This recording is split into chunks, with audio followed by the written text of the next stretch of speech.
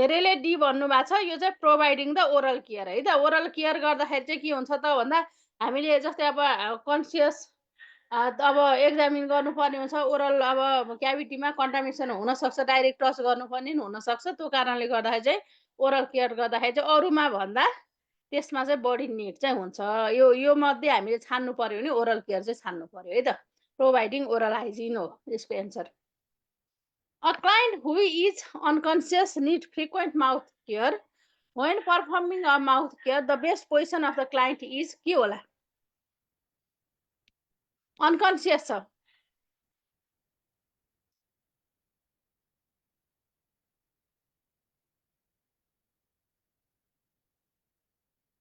बिरामी अनकन्सियस छ हैन?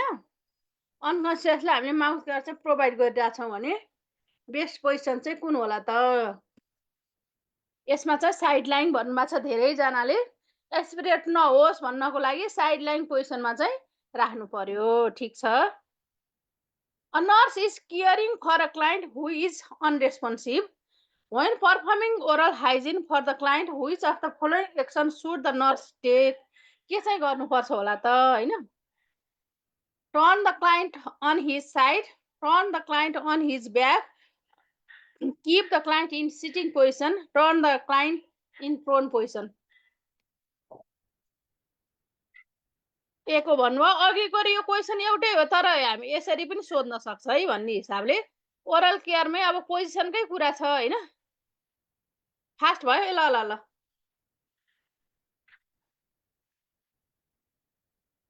क्वेसन लेखिरहनु पर्दैन नि त, तपाईहरुले पढ्ने मात्रै हो नि त। क्वेसन सार्ने हो र यहाँबाट।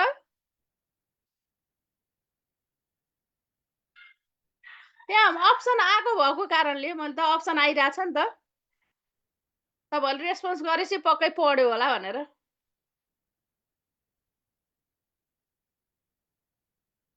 क्वेसन सार्नु पर्दैन, यो नोटहरु पठाइदिइहाल्छु नि। भयो। यसमा पोजिसनको कुराहरु भयो। ल अलि स्लो गर्छु म। त्यो रेस्पोन्स अघि अब रेस्पोन्सहरु आएपछि पक्कै पढिसक्नुभयो होला भन्ने भयो नि त। यो भयो अगाडिको। पोजिसनकै कुरा हो यसमा पनि।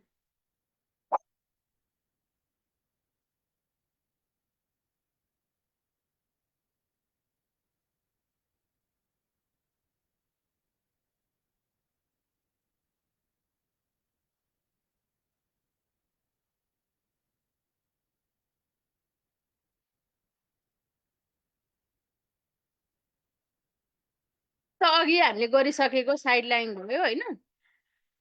अब यो हेर्नुस् त, प्रोभाइडिङ ओरल हाइजिन हैन? अघि आइसक्यो। अब यो हेर्नुस्, अघिकै कुरा हो यो पनि हैन? अघि आइसक्या हो। साइड लाइन भयो हैन? यसमा के भयो त?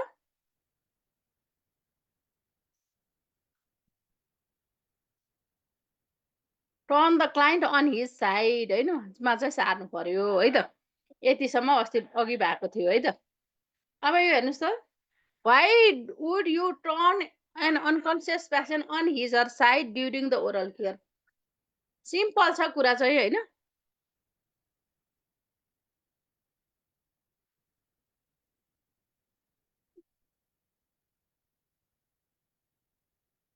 टु प्रिभेन्ट द एस्पिरेसन हैन त? धेरैजनाले त्यही नै भन्नुभएको छ, टु प्रिभेन्ट द एस्पिरेसन।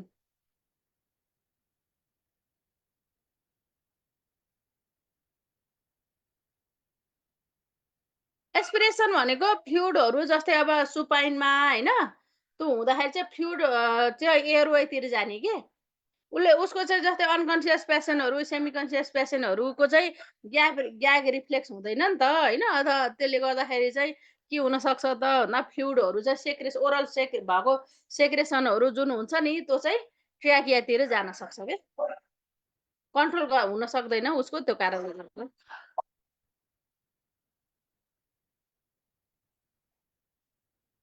है त बुझ्नुभयो? त्यसलाई थुन्देऊ हेर कराएको। ल भयो त। अब यो हेर्नुहोस् त, when washing the client's face and cleansing the eye, you should wash the eyelid from the के होला, आई क्लिन कसरी गर्ने, इनर क्यान्थस टु आउटर क्यान्थस हो।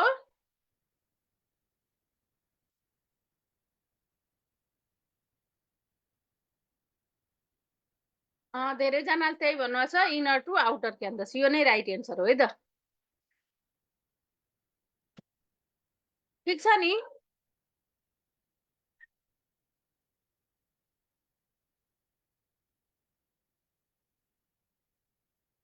अब अर्को जाउँ है त। When assisting a patient with oral hygiene, which action is appropriate?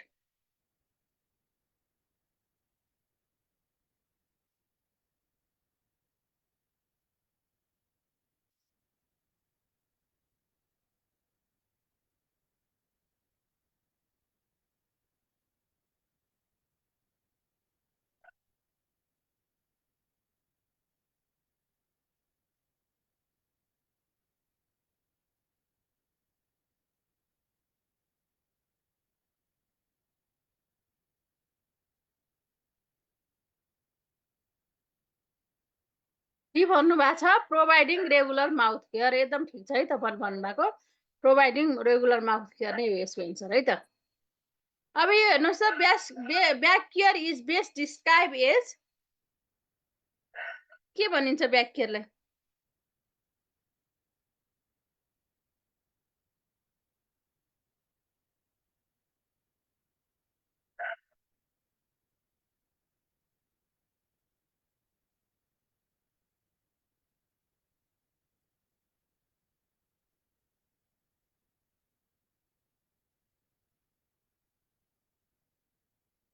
Caring for the back by means of massage होइन त, एको भन्नुभएको छ।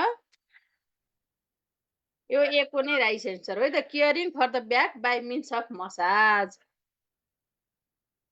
What is the purpose of providing back massage to bedridden patient?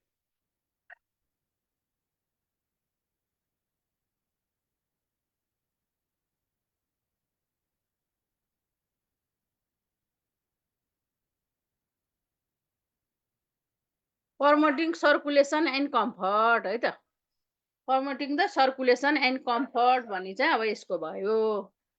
यसमा चाहिँ बी को चाहिँ right answer है त। ठिक छ नि। अब यो हेर्नुहोस् त,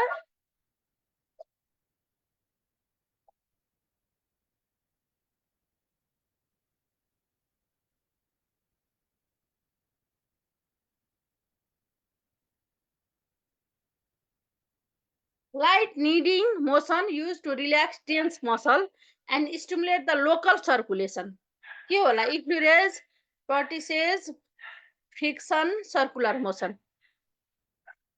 के भनिन्छ होला थाहा छ? फ्रिक्सन, यो चाहिँ पर्टिसाज है त। पर्टिसाज भनेको चाहिँ के भयो त, जस्तै अब यसमा चाहिँ kneading, light kneading motion use to relax the tense muscle भनेर भनिन्छ। जस्तै यसमा हेर्नुहोस् त, फिगरमा निडिङ भन्नु र पर्टिसाज भन्नु चाहिँ सेम नै हो होइन। Petrissage is the an effective massage technique in which deep pressure is applied to the tissue and underlying मसलसम्म पुग्ने गरेर मसाज चाहिँ गरिन्छ भने त्यसलाई चाहिँ पर्टिसाज अथवा निडिङ भनेर भनिन्छ है त। सेम हो त, एउटै कुरा हो। मैले तपाईँलाई क्लियर हुन्छ भने फिगर नै राखिदिएको। ठिक छ नि।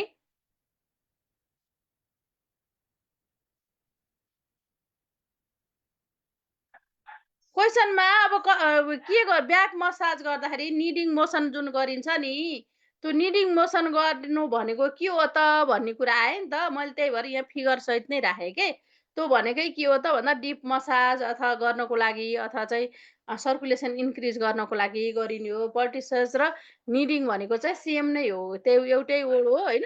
यसलाई चाहिँ स्क्विजिङ पनि भने भन्छ क्या। यो अब मेनली चाहिँ अब त्यो स्क्विज गरेर होइन भित्रै मसलसम्म अथवा चाहिँ डिपसम्म चाहिँ त्यो सर्कुलेसन होस् भन्नको लागि।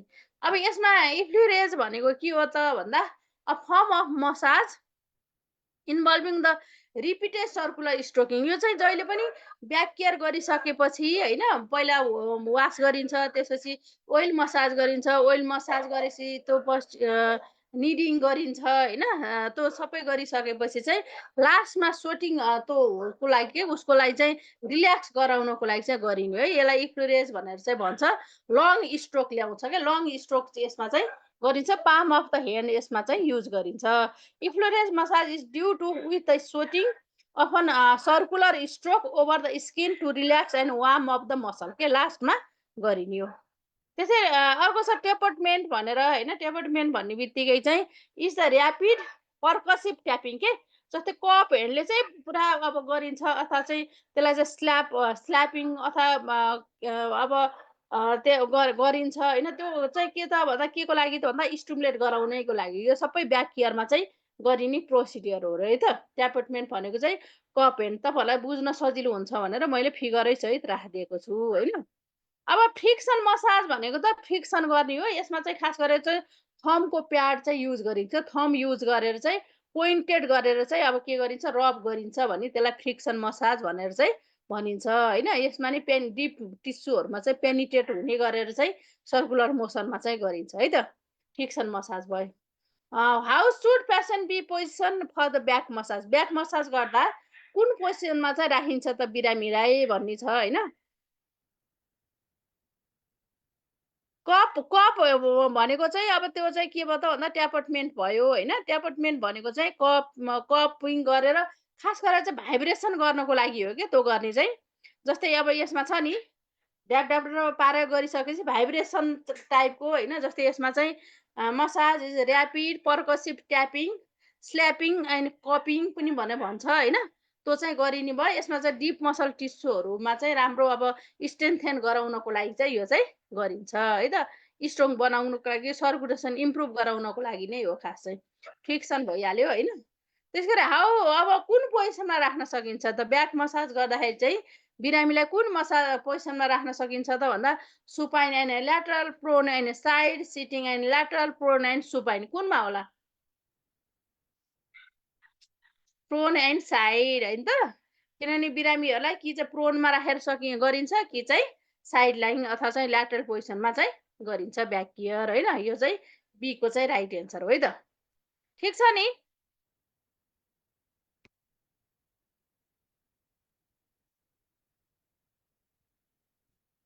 ठिक छ है।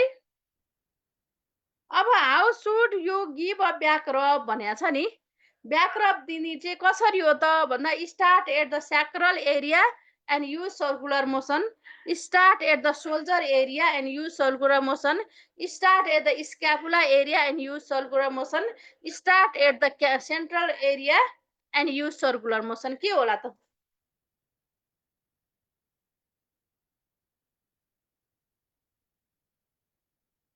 जहिले पनि हामीले क्लिन गर्दा सोप वाटरले गर्दा अप टु डाउन गर्छौँ होइन। मसाज ओइल मसाज अथवा ओइल अथवा पाउडर राखेर हामी मसाज गर्छौँ। मसाज गर्दा चाहिँ डाउन टु अप गर्छौँ नि त। त्यही भएर start the sacral and use the circular motion चाहिँ यसको चाहिँ ए को चाहिँ राइट एन्सर हो है त।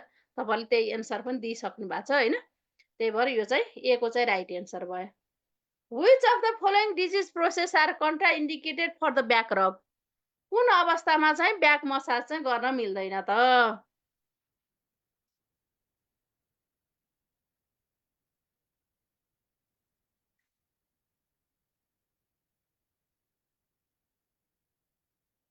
ल होइन त। बर्न भयो भने नि गर्न मिलेन, रिब फ्र्याक्चर भयो पनि गर्न मिलेन, पल्मोनरी इम्बोलिजम भए पनि गर्न मिल्दैन है त। किनभने रिब फ्र्याक्चर भयो भने त्यति बेला मसाज गरियो भने त जुन अब इमोबिलाइज गरेर राख्नुपर्ने हुन्छ नि त रिब्स त्यो जोइनिङ हुनको लागि। प्लस चाहिँ अर्को चाहिँ के हुनसक्छ त भन्दा लङ्समा चाहिँ त्यसले अब इन्जुरी गर्न सक्छ होइन। त्यो कारणले गर्दा त्यसै पल्मोनरी इम्बोलिजममा पनि गर्न मिलेन है त। यो चाहिँ अब सबै चाहिँ राइट एन्सर हो। अब ब्याक केयरको बारेमा भन्नुपर्दा back massage include the rhythmic stroking, rubbing and squeezing of the tissue of the back है। जस्तै अब हामीले चाहिँ स्ट्रोकिङ पनि भयो, रबिङ पनि भयो अनि स्क्विजिङ पनि भनेर भन्छ है यसलाई। Back involve the area from the neck माथि चाहिँ कहाँ नेकदेखि सोल्जर टु द लोवर बटक्ससम्म चाहिँ पर्छ है त। ब्याक एरिया भन्ने बित्तिकै माथिको पार्ट नेक भयो भने तल बटक्स एरियासम्म पर्यो। Position the patient in the prone or lateral side line पोजिसनमा चाहिँ अर्थात् सिम्स पोजिसनमा पनि राख्न सकिन्छ। सिम्समा पनि ब्याक त एक्सपोज हुन्छ नि त, त्यो कारणले सिम्स पनि युज गर्न सकिन्छ। र जहिले पनि हामीले चाहिँ अब त्यो एरिया चाहिँ एक्सपोज गर्नु पर्यो। ब्याक, सोल्जर, अप्पर आर्म, बटक्ससम्म चाहिँ हामीले एक्सपोज गर्नुपर्छ। र त्यसमा वार्म वाटर चाहिँ use warm water 105 to 110 degree फरेनहाइटको चाहिँ वार्म वाटर चाहिँ युज गर्नु पर्यो ब्याक केयरमा। मसाज 3 टु 5 मिनटसम्म चाहिँ हामीले चाहिँ मसाज गर्नु पर्यो, अनि रिन्स गर्नु पर्यो, अनि ड्राई गर्नु पर्यो होइन। when giving the back rub use more pressure on the upward stroke toward the head and less pressure on the downward stroke के। हामीले जहिले पनि मोर प्रेसर चाहिँ अपवार्ड दिनु पर्यो है त। यति कुरा चाहिँ ब्याक केयरमा तपाईँहरूले सम्झिनु पर्यो। अघि क्वेसनमा पनि धेरै कुराहरू आइसक्यो होइन, प्लस चाहिँ मैले यसलाई चाहिँ यहाँ त क्वेसनहरूबाट गरिसकेपछि अब तपाईँलाई यति दिँदाखेरि चाहिँ पक्कै पनि क्लियर भयो। जस्तै पोजिसनको कुरा छ, वाटरको कुरा छ होइन, एरियाको कुरा छ, त्यो भनेको के हो भन्ने कुरा छ होइन। ब्याक केयरमा चाहिँ खास यिनीहरू नै पर्छ। ठिक छ नि है, बुझ्नु भएको छ नि?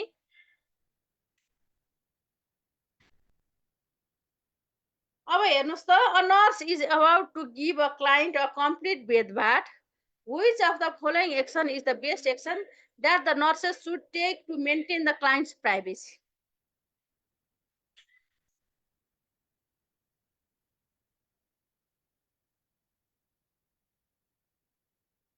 Close the curtain around the client bed, close the door, control the visitor, place the client bed near the nursing counter भन्दाखेरि तपाईँ धेरैजनाले ए भनिसक्नु भएको छ। जहिले पनि हामीले के गर्नु पर्यो, क्लोज द कर्टेन लगाउनु पर्यो।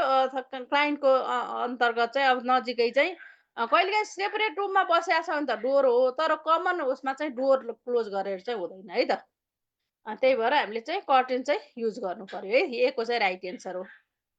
यो हेर्नुहोस् त, the nurse is giving the bed bath to an assign client when an assistant enter the client room and tell the nurse that another assigned client is in pain and need pain medication, which is the most appropriate nursing action के भनेको मतलब यो के त भन्दा तपाईँले अब मानव बेड बाथ दिँदै हुनुहुन्छ वार्डमा भने अब एकजना अब एसिस्टेन्ट भनेको वार्ड एडहरू अब तिनीहरू आएर के भन्यो भने त ल एकदमै पेन भएको छ सिस्टर, त्यसलाई पेन मेडिसिन दिने अरे भनेर भने के।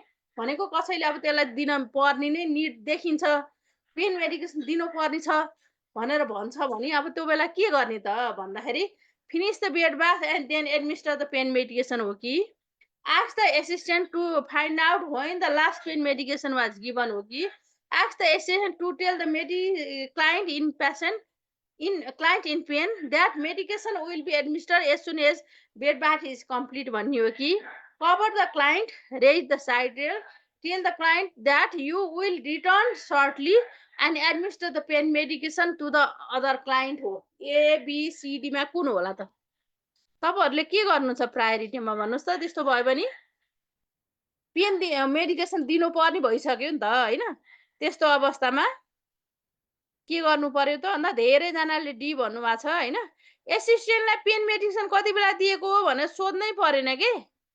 ए tell the assistant to tell client pain medication will be admission as soon as भनेर, किनभने उसलाई त दुखिसक्यो नि त। बेड बाथ भने चाहिँ आधा घन्टाको 1 घन्टाको प्रोसिडियर हुन्छ, टाइम लाग्न सक्छ नि त। त्यो कारणले गर्दा त्यो बेलासम्म उसले वेट गर्न सक्छ त? सक्दैन नि त। त्यही भएर डीको चाहिँ राइट एन्सर हो ल। धेरैजना डी नै भन्नुभएको छ, डीको चाहिँ राइट एन्सर हो। बी चाहिँ होइन, सी पनि होइन। पेन लास्ट मेडिकेसन कति बेला दिएको भन्ने कुरै छैन। पेन दिन पर्ने भन्ने भनिसक्यो नि त। पेन मेडिसिन दिने बेला भयो भनेर भन्न आइसक्यो। पेन भइरहेछ, पेन मेडिसिन दिन पर्ने भन्ने कुरा, निड्स पेन मेडिसिन भन्ने कुरा आयो नि त यहाँ। त्यो कारणले गर्दा दिनै पर्ने छ भनेपछि हामीले त्यो पेसेन्टलाई एक्सप्लेन गर्नु पर्यो, कभर गर्नु पर्यो, त्यसपछि गएर पेन मेडिकेसन चाहिँ दिनु पर्यो है त। अब यो हेर्नुहोस् त,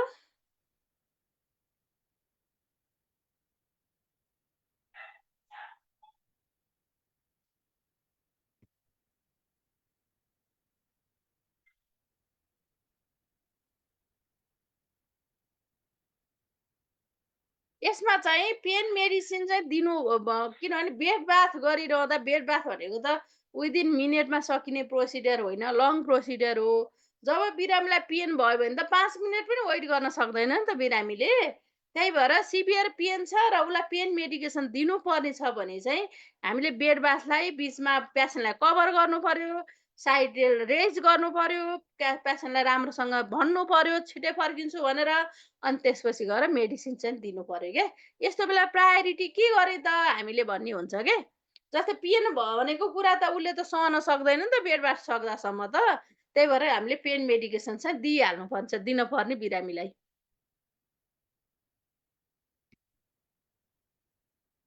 यो हेर्नुहोस् त,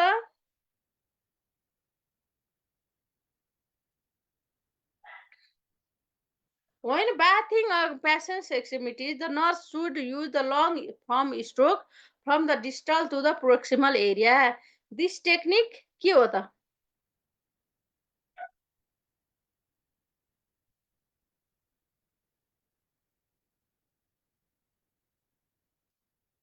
डिस्टल भनेको तलको पार्ट के, लोवर पार्ट भन्नु खोजेको। Lower to upper.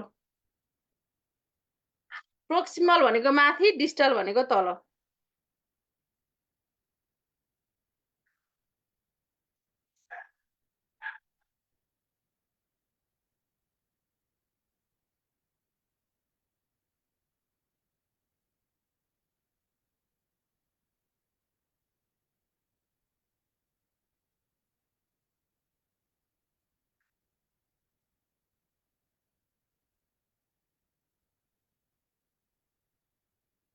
डीको हो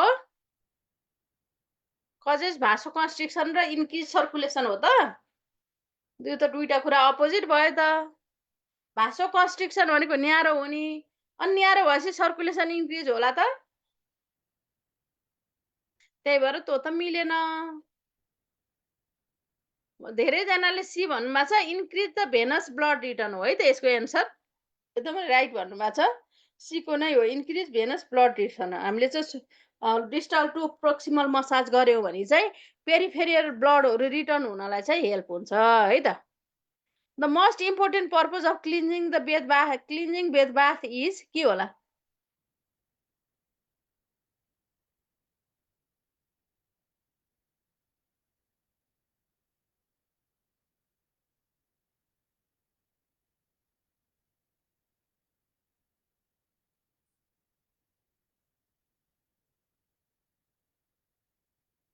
ए हो, to clean the refresh the give comfort to the client who must remain in the bed हो। ठिक छ तपाईँले भन्नुभएको है। यो हेर्नुहोस् त, what is the appropriate temperature for the sponge bath for adult? एडल्टमा चाहिँ स्पन्ज बाथ गर्नलाई कति टेम्परेचर चाहिँ हामी युज गर्छौँ?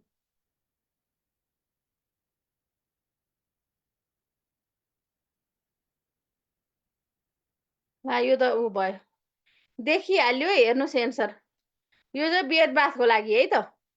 स्पन्ज बाथ हामी जुन दिन्छौँ नि त्यो बेला चाहिँ 110 टु 115 डिग्री फरेनहाइट टेम्परेचरको वाटर चाहिँ युज गर्नु पर्यो है त। अब स्पन्ज बाथ भनेको चाहिँ bathing the client is an essential component of the nursing care. Bath are generally categorize चाहिँ क्लिन्जिङ बाथ र थेरापिटिक बाथ। जस्ट क्लिन गर्नको लागि पनि गर्न सकिन्छ, अथवा कुनै थेरापिटिक पर्पज जस्तो फिभर डाउन गर्नु लागि नि गरिन्छ नि त होइन।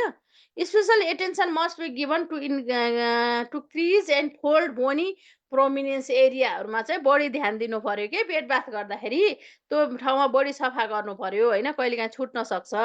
टेम्परेचर चाहिँ 110 to 115 degree for adult and 100 to 105 for the children होइन टेम्परेचर युज गर्न सकिन्छ। Always clean the body part from cleanest area भनेको सफा भएको ठाउँबाट चाहिँ मोर क्लिन एरियादेखि लेस क्लिन एरिया अथवा चाहिँ डर्टी एरियातिर गर्नु पर्यो होइन। र जहिले पनि हामीले त्यो गर्नुपर्छ, यो प्रिन्सिपल भयो। अब यो हेर्नुहोस् त, the nurse is teaching an elderly patient about the nail care and hygiene. The nurse should instruct the patient to do which of the following?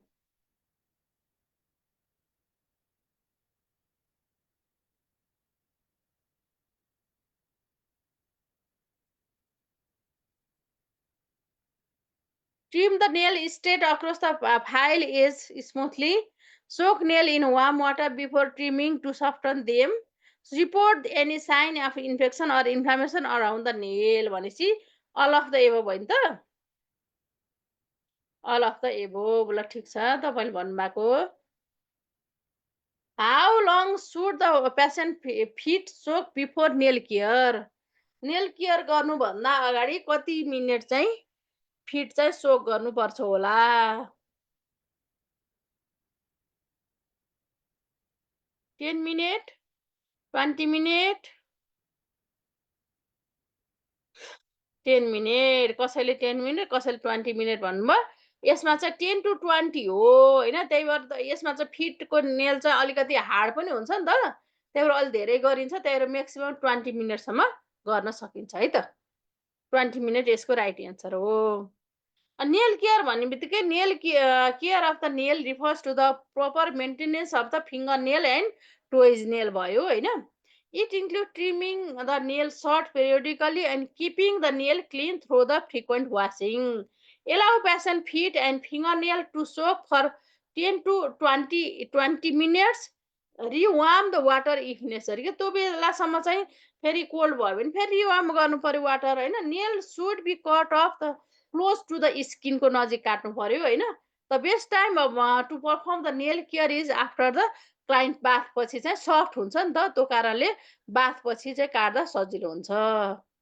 यो हेर्नुहोस् त.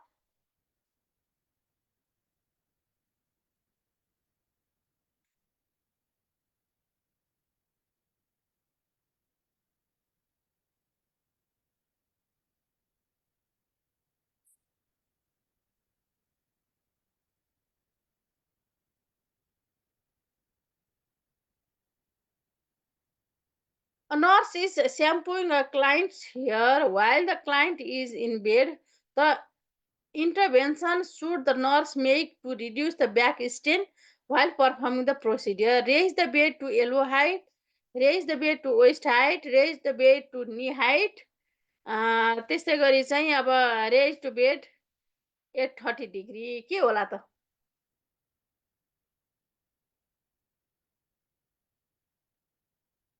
30 डिग्री हो. हेयर वास गर्दा बेड अप गर्नुहुन्छ हो तपाईँले गरेको देखाएको थियो डेमोमा.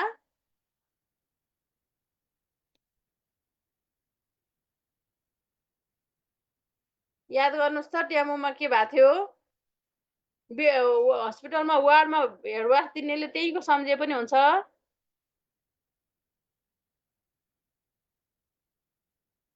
यो चाहिँ raise the bed elbow height है. जहिले पनि हामीले चाहिँ बेड मेकिङ गर्दा हिप हाइटमा राख्नुपर्छ होइन. बेड जस्तै हेयर वास गर्दा चाहिँ एल्बो हाइटमा राख्नुपर्छ क्या. त्यसले गर्दा धेरै बेन्ड हुनु पऱ्यो नि त. परेन अथवा स्ट्रेच पनि भएन शरीर. त्यो कारणले गर्दा एल्बो हाइटमा हुन्छ है त.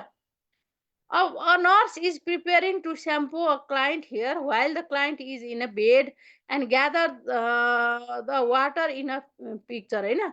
The nurse check the temperature of the water and decide to continue based on which water temperature reading. कति टेम्परेचर रिडिङ भयो भने सुरु गर्ने त हेयर वास. ब्याक गरिदिनु भनेको कुनको? यसको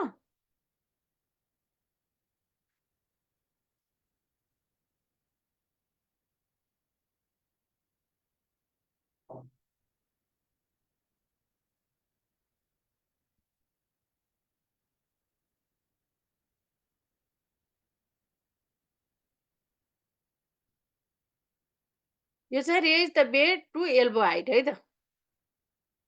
ए को चाहिँ राइट एन्सर हो.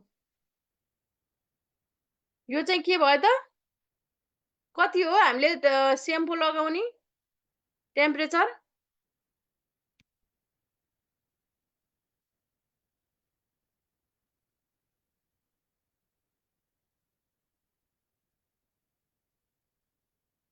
ए भन्नुभएको हो. यो चाहिँ बडी टेम्परेचर भन्दा अलिकति वार्म मात्रै के. 100 डिग्री धेरै तातो भयो भने त के हुन्छ फेरि? सबै हेयर फल हुँदैन. त्यो कारणले गर्दा 100 डिग्री फरेन 99 टु 100 है त. यसमा हेयर वासमा युज गरिने भनेको 99 टु 100 डिग्री फरेनहाइट चाहिँ युज गर्नुपर्छ है त। अब hair washing ambulatory patient can wash their hair in the bathroom but bedridden patient need to wash their hair in the bed है। अब जहिले पनि हेयर वासिङ गर्नुभन्दा अगाडि किन लङ प्रोसिडियर हो नि बिरामीले चाहिँ ब्लाड इम्पिटी चाहिँ गराउनुपर्छ होइन। Adjust the bed to comfortable height भनेको छ हामीले चाहिँ एल्बो हाइट भन्यौँ नि त हाइटमा चाहिँ एडजस्ट गर्नु पर्यो। Close the windows and put off the fan जहिले पनि होइन। Combing hair should be done first before donning hair washing होइन doing hair washing prevent eyes and ear from the soapy water. Water temperature should be around 100 degree Fahrenheit चाहिँ हुनु पर्यो है त। र जहिले पनि स्मल एमाउन्ट चाहिँ कहाँ राखेर इनर एस्पेक्ट अफ द फोर आर्ममा राखेर चाहिँ वाटरको टेम्परेचर चाहिँ टेस्ट गर्छौँ होइन। यदि त्यसमा राख्दा ठिक छ भने स्पोन्ज बाथ चाहिँ 110 देखि 115। स्पोन्ज बाथ चाहिँ 110 देखि 115 होइन। ब्याक केयर चाहिँ 105 टु 110 भयो। हेयर वास चाहिँ 110 देखि 115 है त। ए सरी 110 देखि 115 त स्पन्ज बाथ भयो नि। हेयर वास चाहिँ 100 डिग्री फरेनहाइट। सकियो है त फिजिकल केयर। केही छ यसमा?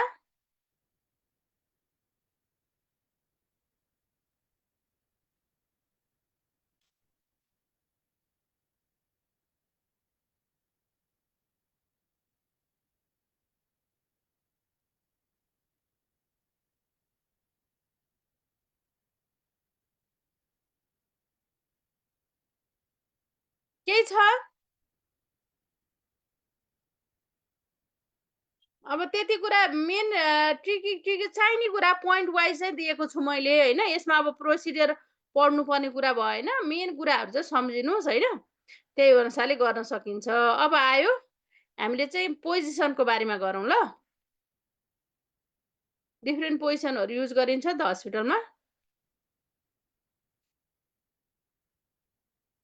डिफ्रेन्ट पोजिसनहरू चाहिँ हस्पिटलमा युज गरिन्छ होइन। त्यसको पर्पज के हो त भन्दा to promote the comfort and relaxation to the patient भयो। To relieve the pressure on the various part to stimulate the circulation to provide proper body alignment maintain गर्नको लागि to carry out the nursing intervention carry out गर्नको लागि to perform the nursing and medical investigation भयो। To promote the normal physiological function चाहिँ बढाउनको लागि भयो। To prevent the complication cause by the immobility है त। डिफ्रेन्ट पर्पजले चाहिँ पोजिसनहरू चाहिँ मेन्टेन गरिएको हुन्छ। अब प्रिन्सिपलमा चाहिँ पोजिसन मेन्टेन गर्दा के कुरा ख्याल गर्नु पर्यो त भन्दा गुड बडी मेकानिक्स चाहिँ मेन्टेन गर्नु पर्यो। ह्यान्ड वासिङ गर्नु पर्यो बिफोर र after procedure. Ensure patient comfort and safety के जहिले पनि हामीले पोजिसन चेन्ज गर्दा पेसेन्टको सेफ्टी चाहिँ एकदम नै फर्स्ट प्रायोरिटी हो है। पेसेन्टलाई चाहिँ कम्फर्ट छ कि छैन भन्ने कुरा हेर्नु पर्यो। र सिस्टेमेटिक अथवा अर्डरली के एकपछि अर्को ठ्याक्क सिक्वेन्स हुन्छ नि त्यो अनुसारले गर्नु पर्यो। एकदम नै जराक जुरुक गरेर पोजिसन चेन्ज मेन्टेन चाहिँ गर्नु हुँदैन होइन। त्यसै गरी properly handle the patient body to prevent the pain or injury होइन। Obtain assistant if needed to move heavy or helpless patient move गर्नको लागि एसिस्टेन्ट चाहिँ चाहिन्छ। अब डिफ्रेन्ट पोजिसनमा चाहिँ के भयो त भन्दा सुपाइन अथवा डर्सल अथवा ब्याकलाइन पोजिसन छ। यहाँ चाहिँ के छ त भन्दा सुपाइन भन्ने बित्तिकै कमन पोजिसन हो नि त। बिरामीले चाहिँ एकदम नै युज गर्ने पोजिसन हो र यो चाहिँ चेस्ट र एब्डोमिन एक्जामिनेसन गर्नको लागि चाहिँ युज गरिन्छ। तपाईँले फिगरमा देख्नु भएको छ नि होइन। त्यो ह्यान्डमा चाहिँ अब अलिकति तल भएर इडिमाहरू डेभलप नहोस् भन्नको लागि पिलोहरू राखेको छ। फुटबोर्ड राखेको छ। नीको तलपट्टि पिलो राखेको छ हाइपर एक्सटेन्सन नहोस् भन्नको लागि होइन। त्यसै गरी चाहिँ कम्फर्टेबल पिलो चाहिँ राख्नु पर्यो है त। अब आयो प्रोन पोजिसन है त।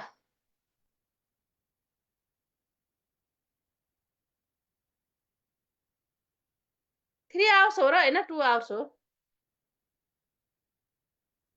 अहिले नि छिटो भइरहेछ हो। मेरो बोली नै छिटो रहेछ त्यसो भए। एकदम ढिलो आनन्दले बोलिरहेछ। छिटो भएको छ अहिले नि क्लास एक्सप्लेनेसन पनि।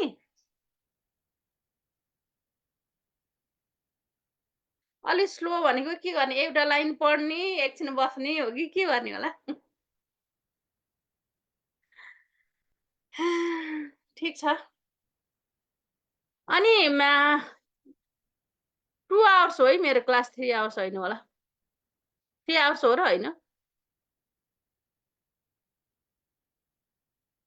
अब प्रोन पोजिसन भन्ने बित्तिकै फिगर पनि राखिदिएको छु नि त मलाई हेर्न सजिलो होस् भनेर होइन।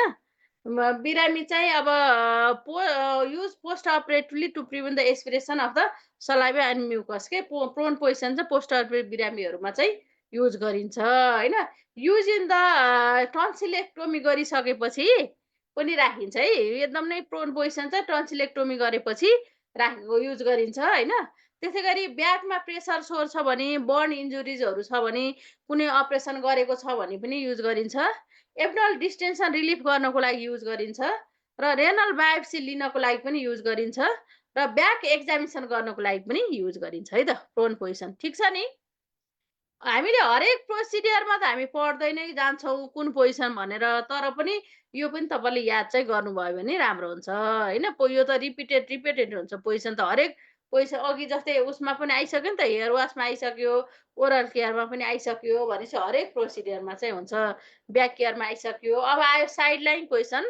साइड लाइन भन्ने बित्तिकै जस्तै अब पिरियोडिक पोजिसन चेन्जको रूपमा जस्तै हामीले 2 आवरली पोजिसन चेन्ज गर्छौँ नि, ल्याटरल सुपाइन होइन, अब लेफ्ट ल्याटर राइट ल्याटर भन्दै त्यसको रूपमा पनि हामी युज गर्न सक्ने भयो। पोस्ट अपरेटिभ पेसेन्टहरूलाई राखिन्छ है जहिले पनि साइड लाइन पोजिसन भनेको चाहिँ जस्तै मिल्ने राख्न सकिने अथवा इन्डिकेसन मिल्ने छ भने चाहिँ प्रोन पोजिसनमा नै राख्न सकिन्छ। अदरवाइज चाहिँ कमनली युज हुने भनेको ल्याटरल पोजिसन हो, एस्पिरेसन नहोस् भन्नको लागि होइन। पेरिनियम र रेक्टल एक्जामिनेसनको लागि युज गरिन्छ होइन। र सपोजिटरीहरू चाहिँ इन्सर्सन गर्नको लागि ल्याटरल पोजिसन युज गरिन्छ। रेक्टल टेम्परेचर लिनको लागि गरिन्छ। ब्याक केयर दिनको लागि जस्तै अघि आएको थियो नि त होइन, ब्याक केयर दिनको लागि गरिन्छ। त्यस्तै इनेमा अथवा कोलन के इन्टेस्टाइनहरूमा चाहिँ इरिगेसन गर्नु पर्यो भने त्यसको लागि पनि गरिन्छ। अब आयो लग रोलिङ। लग रोलिङ भनेको तपाईँले फिगरमा देख्नु भएको छ, फिगरमा देखेको जस्तै नै हो। यसमा चाहिँ 2 जना 3 जना 4 जना व्यक्तिहरू बसेर हेड, नेक होइन, ब्याक र बटक्स, लेग सबै एकैचोटि चाहिँ फर्काउन चाहिँ गरिने पोजिसन हो होइन। लग रोलिङ चाहिँ खास गरी चाहिँ स्पाइनल इन्जुरी।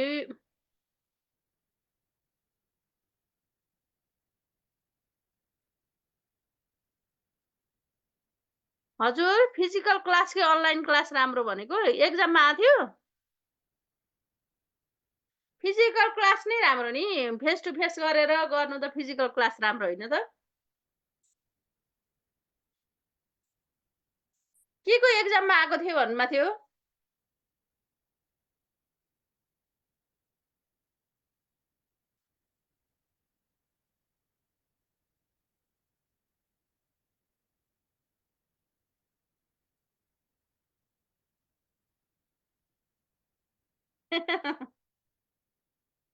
फिजिकल प्रयास गर्छु होला।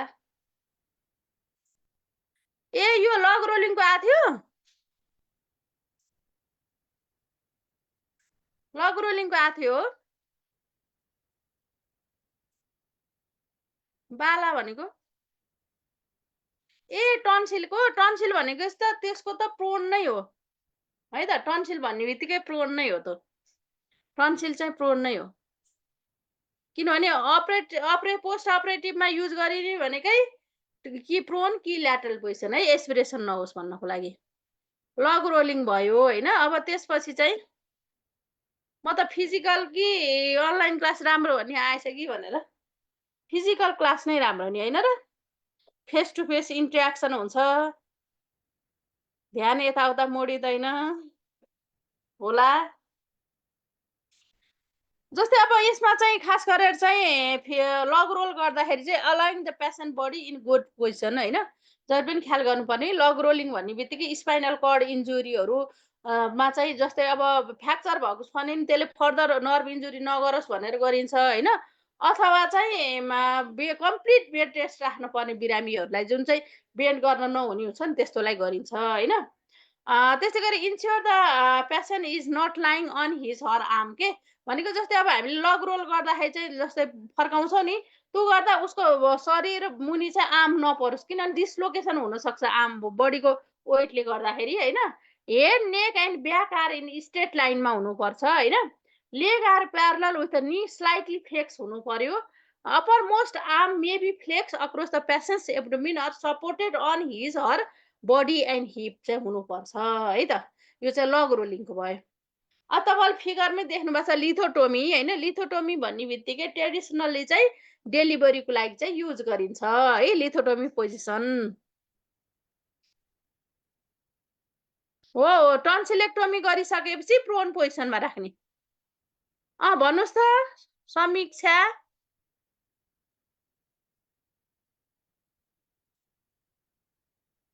के भन्न खोज्नुमा छ समीक्षाले?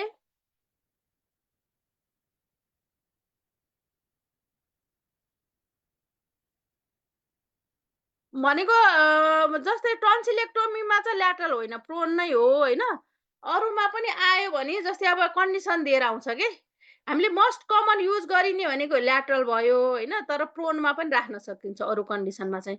तर टन्सिलेक्टोमी गरेकोमा चाहिँ प्रोनमै हो है त। मेन उद्देश्य भनेको एस्पिरेसन नहोस् भनेर हो।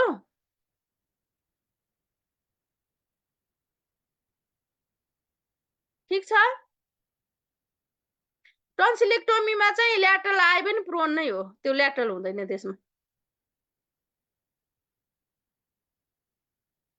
लिथोटोमी भन्ने बित्तिकै traditionally delivery of the baby के बेबी डेलिभरीको लागि युज गरिने भयो होइन। त्यसै गरी रेक्टल एक्जामिसन सर्जरीहरू गर्नको लागि युज गरिन्छ, जस्तै हेमोरोइडेक्टोमी होइन, अथवा चाहिँ भजाइनल हिस्टेक्टोमी गर्नको लागि युज गरिन्छ। भजाइनल एक्जामिसन गर्नको लागि पनि युज गर्न सकिन्छ। तर के बुझ्नु पर्यो त भन्दा रेक्टल एक्जामिसन गर्नको लागि नी चेस्ट पोजिसन है एकदम नै उत्तम हुन्छ होइन, अथवा चाहिँ सिम्स पोजिसन पनि गर्न सकिन्छ। तर सर्जरी नै गर्नु पर्यो भने चाहिँ जहिले पनि लिथोटोमी पोजिसन। भजाइनल एक्जामिसन भनेको चाहिँ हामीले यदि भजाइनल एक्जामिसन मात्रै गर्नु छ भने डक्टर रिकमेन्डेडमा गर्न सकिन्छ। तर लिथोटोमीमा पनि गर्न चाहिँ सकिन्छ, तर सबै भजाइनल एक्जामिसनलाई चाहिँ लिथोटोमीमा मेन्टेन गरिराख्नुपर्छ भन्ने छैन होइन। तर हिस्टेक्टोमी गर्नु पर्यो भने अरू कुनै पनि भजाइनल रिपेयर अथवा ऊहरू प्रोसिडियरहरू गर्नु पर्यो भने चाहिँ जहिले पनि लिथोटोमी पोजिसनमा राख्नुपर्छ है त। अब आयो dorsal recommended position. Dorsal recommended position भन्ने बित्तिकै चाहिँ यसमा ब्याक लाइङ पोजिसन हुन्छ होइन, ब्याक अब त्यो भयो। त्यसपछि जस्तै बोथ फिट चाहिँ फ्लेक्स गरेर चाहिँ बेडमा चाहिँ अब चाहिँ राखिन्छ भनेपछि यो चाहिँ के भयो त भन्दा डर्सल रिकमेन्डेड पोजिसन। अब it is use catheterisation vaginal douche vaginal and rectal examination गर्नको लागि युज गरिन्छ होइन। It is also use for the vaginal operation and insertion of ट्याम्पोजहरू के मा पनि गर्न चाहिँ सकिने भयो। अब फाउलर्स पोजिसन भयो। फाउलर्स भन्ने बित्तिकै हेड इज एलिभेटेड 45 to 60 डिग्रीसम्म भयो भने फाउलर्स भयो। सेमी फाउलर्स भन्ने बित्तिकै 15 to 30 डिग्री भयो र हाई फाउलर्स भन्ने बित्तिकै 80 to 90 डिग्रीसम्म गर्न सकिन्छ है त। अब यो फाउलस पोजिसन केमा युज गरिन्छ त भन्दा टु रिलिभ द डिस्निया के बिरामीलाई डिस्निया छ भने गरिन्छ। टु इम्प्रुभ द सर्कुलेसन भयो होइन। To relax the muscle of the abdomen back and thighs relax गर्नको लागि गरिन्छ। To relieve tension on the abdominal सुचरमा टेन्सन नहोस् भन्नको लागि पनि अथवा स्ट्रेच भएर तन्किएर पेन भइरहेको हुन्छ नि त्यस्तो अवस्थामा नि गरिन्छ है त। अब आयो सिम्स पोजिसन होइन। सिम्स पोजिसन भनेको सेमी प्रोन पोजिसन पनि हो यो होइन, अथवा चाहिँ अलि एडभान्स ल्याटरल पोजिसन पनि भयो होइन। भजाइनल र रेक्टल एक्जामिसनलाई त भइ नै हाल्यो होइन। इनेमाहरू सपोजिटरीहरू राख्नको लागि युज गरिन्छ। Use for relaxation in the antenatal एक्सर्साइजको रूपमा गर्न सकिन्छ। Position for sigmoidoscopy and proctoscopy गर्नको लागि पनि युज गरिन्छ है त। यो चाहिँ सिम्स पोजिसन भयो। अब अर्को छ टिनलिङ बर्ड पोजिसन। टिनलिङ बर्ड पोजिसन भन्ने बित्तिकै हेड डाउन लेग अप है 45 डिग्री एङ्गल चाहिँ त्यसरी चाहिँ फुट साइडलाई चाहिँ इलिभेट चाहिँ गरिन्छ होइन। इमर्जेन्सी सिचुएसन के जस्तै सक हेमोरेज छ भने चाहिँ त्यस्तो अवस्थामा यो युज गरिन्छ है।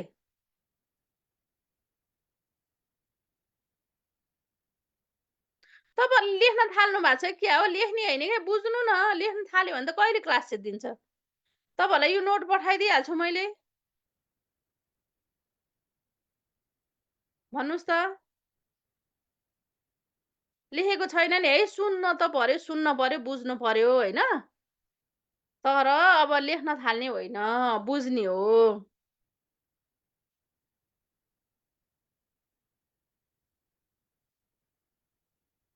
किनभने मैले त लाइन लाइन पढेको छु भनेपछि त तपाईँले हेर्न पनि भ्याउनु पर्ने, अनि नबुझेको ठाउँ के बुझिन चाहिँ भन्नुपर्ने।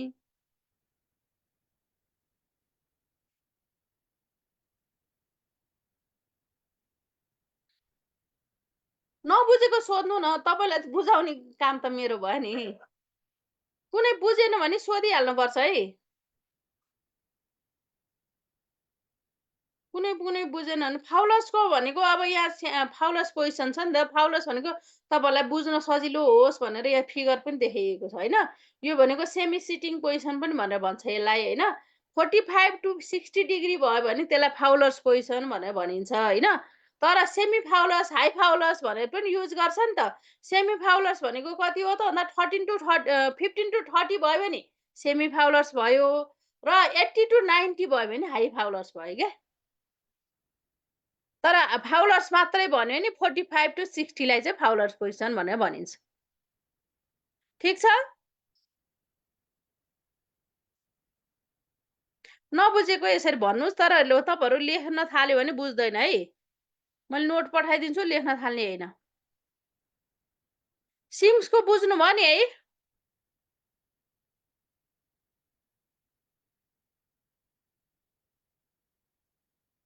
सिम्सको बुझ्नुभयो?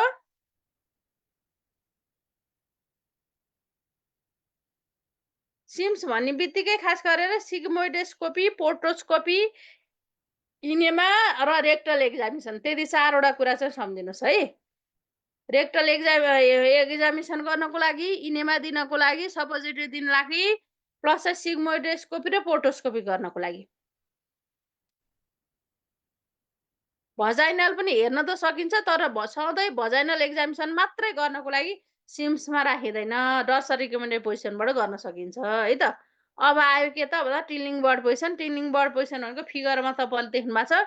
यो चाहिँ कस्तो अवस्थामा गरिन्छ त भन्दा एकदमै हेमोरेज भएको बेलामा हाइपोभोलुमिक सक हुनसक्छ नि त। त्यो ब्लड रिटर्न राम्रोसँग होस् भन्नको लागि गरिन्छ एउटा। अर्को चाहिँ जस्तै इमर्जेन्सी सक भइरहेको बेलामा चाहिँ भाइटल अर्गनमा सर्कुलेसन पुगोस् भनेर गरिन्छ, अरू कुनै पनि सकमा। त्यसैगरी डिप भेन थ्रोम्बोसिस भनेको चाहिँ भेनहरू डिस्टेन्डेड भएको हुन्छ नि त लेगमा, त्यो बेला चाहिँ प्रेसर नपरोस् भनेर चाहिँ गरिन्छ के। बुझ्नुभयो?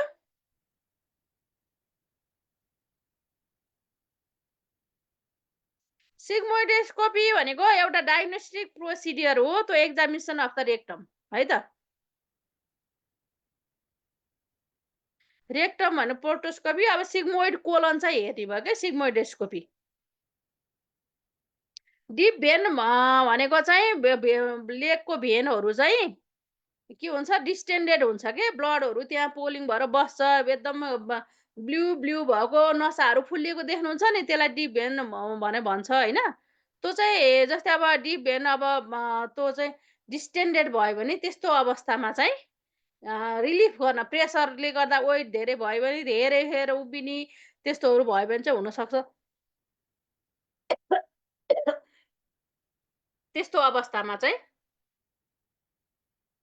प्रेसर नपरोस् भन्नको लागि गरिन्छ।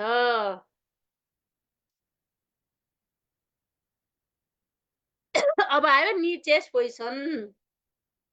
नि चेस्ट पोजिसन भनेको चेस्ट र नि चाहिँ सँगै अब त्यसरी राख्ने भयो होइन।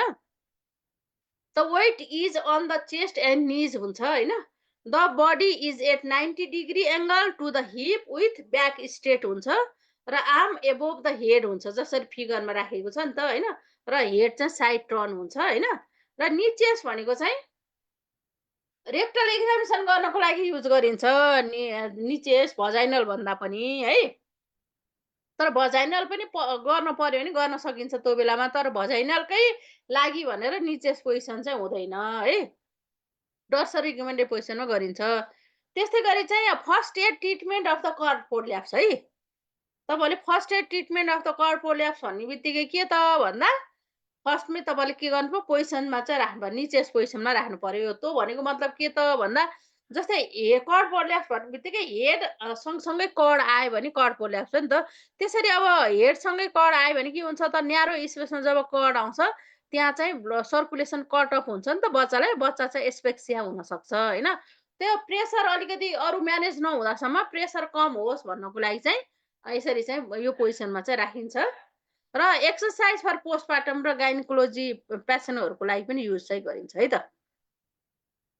अब हरेक हामीले चाहिँ पोजिसन मेन्टेन गर्दाखेरि चाहिँ के कुरा ख्याल गर्नुपर्छ त भन्दा फ्लेक्सन एकदम नै फ्लेक्सन हुनु पनि भएन, हाइपर एक्सटेन्सन हुनु पनि भएन नेक है। फ्लेक्स भनेको अगाडि आयो भने फ्लेक्स भयो, हाइपर एक्सटेन्सन भनेको पछाडि गयो भने त्यो पनि हुनु भएन। हाइपर एक्सटेन्सन अनि पोस्टर फ्लेक्सन अफ द लम्बर के लम्बर कर्वेचर भनेको चाहिँ लम्बर चाहिँ हाइपर एक्सटेन्सन हुन पनि भएन, पोस्टर फ्लेक्सन हुन पनि भएन होइन। त्यसै गरी लेग चाहिँ एक्सटर्नल रोटेसन हुनु भएन के। यत्तिकै राख्दा राख्दा के हुन्छ भन्दा लङ टर्म बिरामी भएरको चाहिँ हामीले यदि यसलाई मिलाएनौँ भने एक्सटर्नल रोटेट भइदिन सक्छ, त्यो हुनु भएन होइन। त्यस्तै गरी चाहिँ हाइपर एक्सटेन्सन अफ द निज हुनु भएन। त्यही कारणले अघि सुपाइन पोजिसनले निको तलपट्टि पिलोहरू राखेको थियो नि त होइन, त्यो भनेको तन्किने, हाइपर एक्सटेन्सन भनेको तन्किनु भएन। त्यस्तै हिलमा प्रेसर हुनु भएन है। र हेड र आर्ममा चाहिँ इडेमा हुनु भएन क्या। जस्तै अब अलिकति हामीले सुपाइन पोजिसनमा त्यो धेरै बेर चाहिँ अलिकति लोवर पोजिसनमा रह्यो भने चाहिँ ब्लड अब त्यो रिटर्न भेनस रिटर्न राम्रो हुँदैन र इडेमा हुनसक्छ नि त, त्यो पनि हुनु भएन। त्यसै डिस्लोकेसन अफ द सोल्जर पनि हुनु भएन। Pressure on the breast heel and genitals पनि हुनु भएन। प्लान्टर फ्लेक्सन फुट ड्रप पनि बाट पनि प्रिभेन्ट गर्नु पर्यो। यति कुरा चाहिँ हामीले पोजिसन मेन्टेन गर्दाखेरि चाहिँ ख्याल गर्नुपर्छ। ठिक छ नि।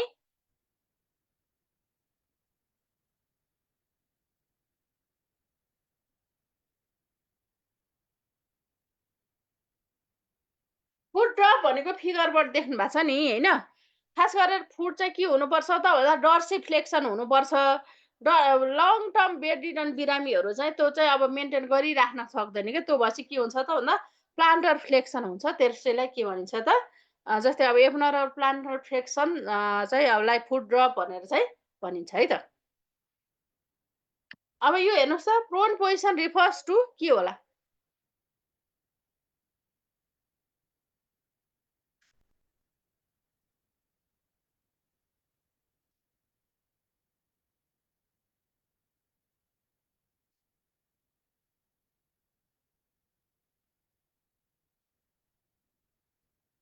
के होला त यसको?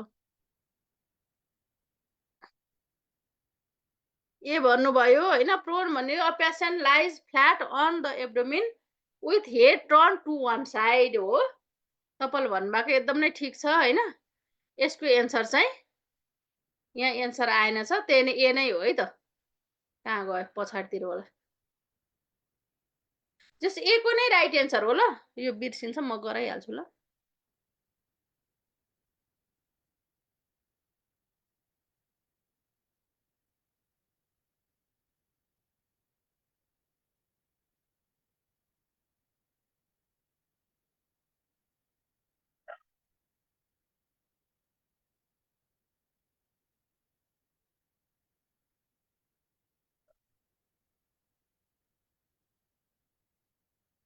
Which position is recommended for a patient experiencing difficult breathing? बिरामीलाई त सास फेर्न गायो भने गाह्रो भयो भने कुन पोजिसनमा चाहिँ रिकमेन्ड गरिन्छ बस्नको लागि, राख्नको लागि?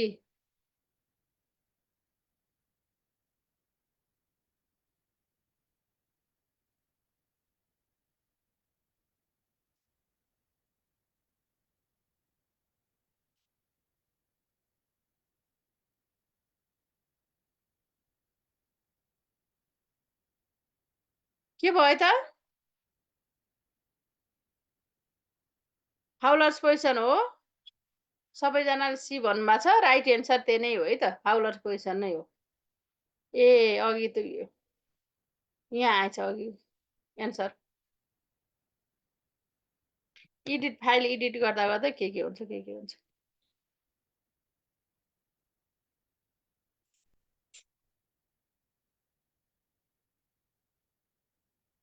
यो के होला त? Sigmoidoscopy done in which position? Sigmoid colon चाहिँ एक्जामिनेसन गर्ने भयो होइन। के यसलाई चाहिँ यो चाहिँ कुन पोजिसनमा राखेर गरिन्छ त?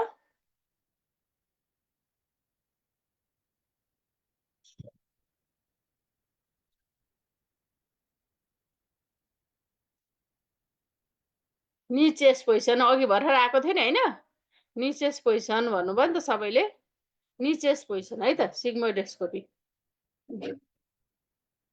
The appropriate position for the patient having difficult in breathing is अघि आइसक्यो यो ल्याटरल पोजिसन हो रिपिट भएछ होइन ए सरी फाउलर्स पोजिसन हो रिपिट भएछ यो चाहिँ जस्तो फिगरमा देखाएको छ नि फाउलर्स पोजिसन यही नै भयो यो हेर्नुहोस् त 40 years old female client visited clinic for a routine gynecological examination. Which position is choice for a client undergoing the vaginal examination?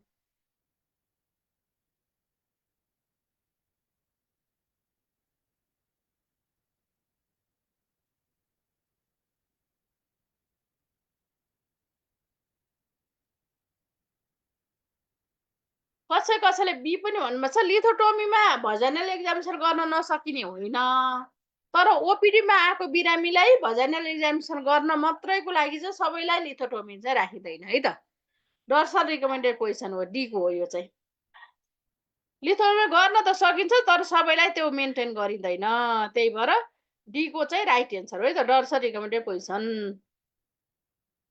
यो हेर्नुहोस् त the nurse prepare to the administer as cleansing enema what is the most common client position use for the this procedure cleansing enema राख्नुपर्ने छ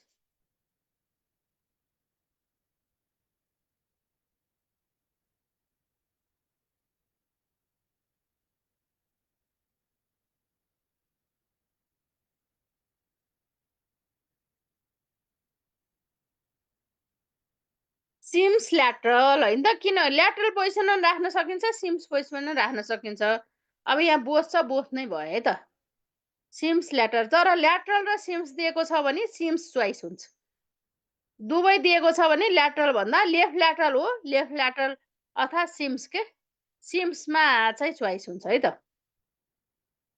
the best position for examination rectum is rectum चाहिँ कुन पोजिसनमा गर्न सकिन्छ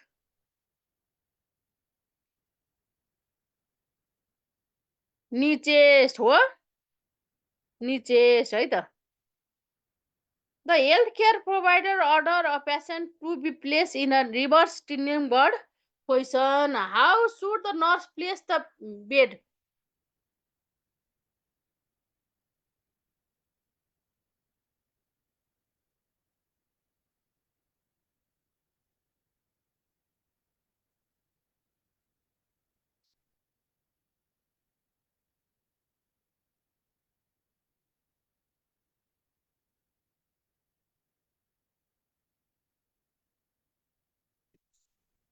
reverse भन्यो नि त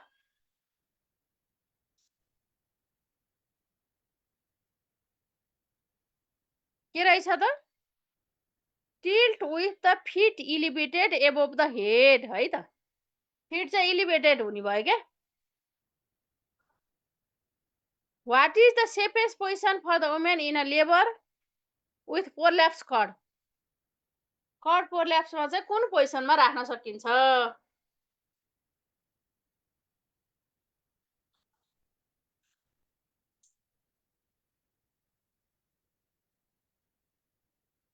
निचेस्ट हो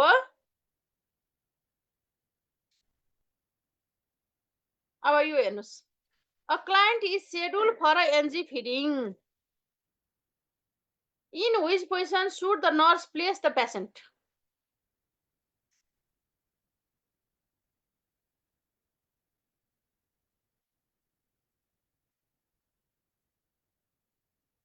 कुन पोजिसनमा राख्न पर्यो एन्जिट्युब फिडिङ यो चाहिँ ए को है लो फाउलर्स पोजिसन हो लो फाउलर्स ए को चाहिँ राइट एन्सर हो यसको एन्जिट्युब इन्सर्सनमा हाई फाउलर्स एन्जिट्युब फिडिङमा लो फाउलर्स यो सम्झिराख्नुहोस् होला पछि हामीले एन्जिट्युब फिडिङको उसमा पनि आउँछ आउनु त होइन तर पनि हाई र लोको सम्झिराख्नुहोस् है त यो हेर्नुहोस् त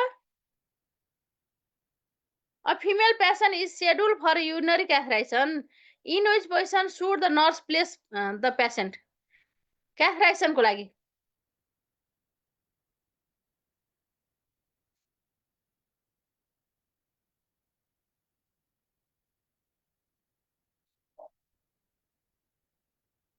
डी हो डर्सल रिकमेन्डेड ठिक छ तपाईँले भन्नुभएको के क्याथराइसन भजाइनल एक्जामिनेसनहरूलाई चाहिँ डर्सल रिकमेन्डेड नै हो है त फर्स्टमै If the nurse is administering the cleansing enema to a client with a fecal impactation, before administering the enema, the nurse place the client in which position?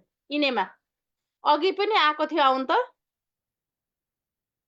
तर अलिकति क्वेसन यो चाहिँ सिनारियो चेन्ज भएर आयो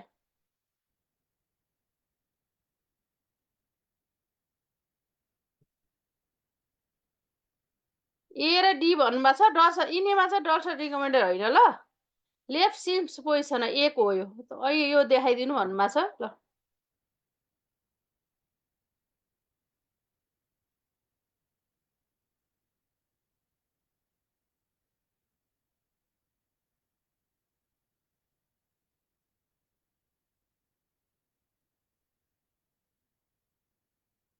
भयो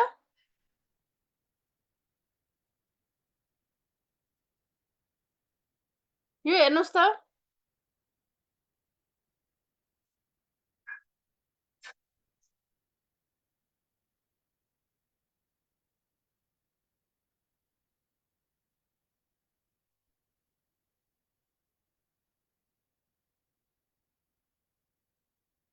नर्स एनेस्थेसियाबाट रिकभर हुँदा कुनमा राख्नु पर्यो त भन्दा साइड लाइन पोस्ट अपरेटिभ हो नि त भनेको त होइन रिकभरी अथवा पोस्ट अपरेटिभ रुममा चाहिँ साइड लाइन पोजिसनमा चाहिँ राख्नुपर्छ है त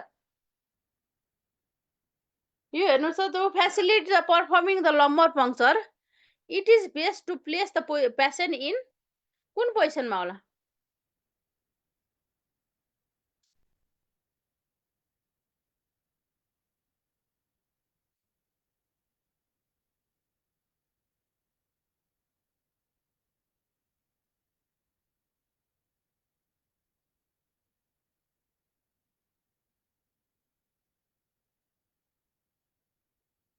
यो चाहिँ side line position with neck flex है त नेक फ्लेक्स गरेर अनि राख्नु पर्यो साइड लाइन पोजिसनमा सकियो है त पोजिसनको केही छ सोध्नलाई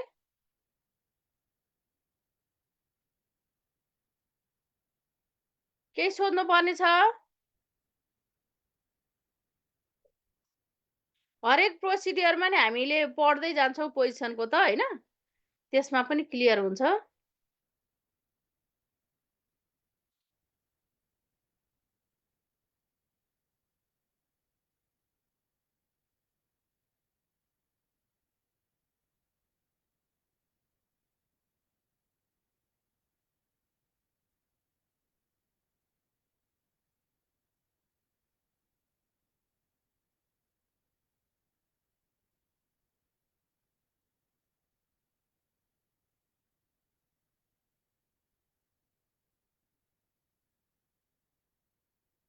लम्बर पङ्क्चरको चाहिँ साइड लाइन पोजिसनमा नेक चाहिँ फ्लेक्स गरेर नेकलाई फ्लेक्स गरेर त्यो किनभने एक पार्ट एक्सपोज राम्रो हुनको लागि के साइड लाइन पोजिसन हो सिटिङ पोजिसनर पनि गरिन्छ होइन त्यो गर्दा नेक फ्लेक्स नै हो तर त्यो भन्दा पनि बेटर पोजिसन भनेको side line position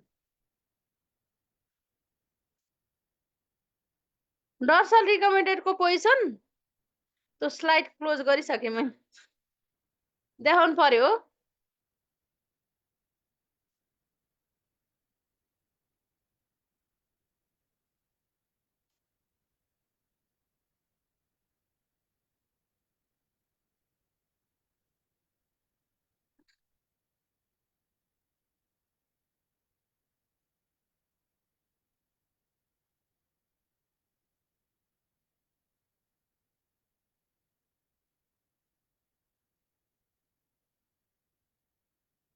dorsal recommended हेर्नुहोस् त गाइनिकोलोजिकल एक्जामिनेसन क्याथराइजेसन गर्नको लागि युज गरिन्छ है त अर्को के भन्नुभएको थियो लम्बर पङ्क्चरको भन्नुभएको थियो होइन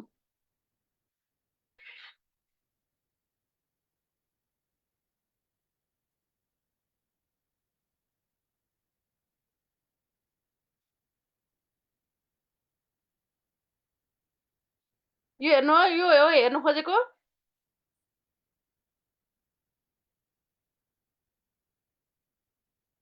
भिडियोमा हेर्दा पनि हुन्छ ल ठिक छ भयो यो हेर्न खोज्नु भयो हो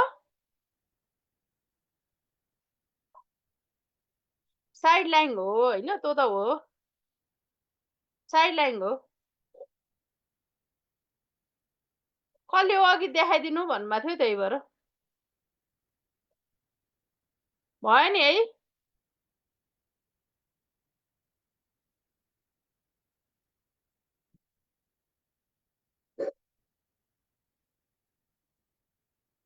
2 मिनट ब्रेक लिनुहोस् न त है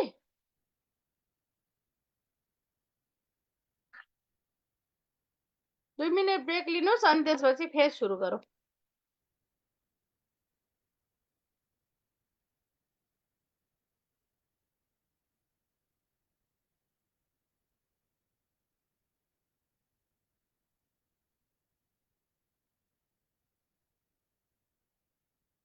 अर्को च्याप्टर सुरु गर्ने ल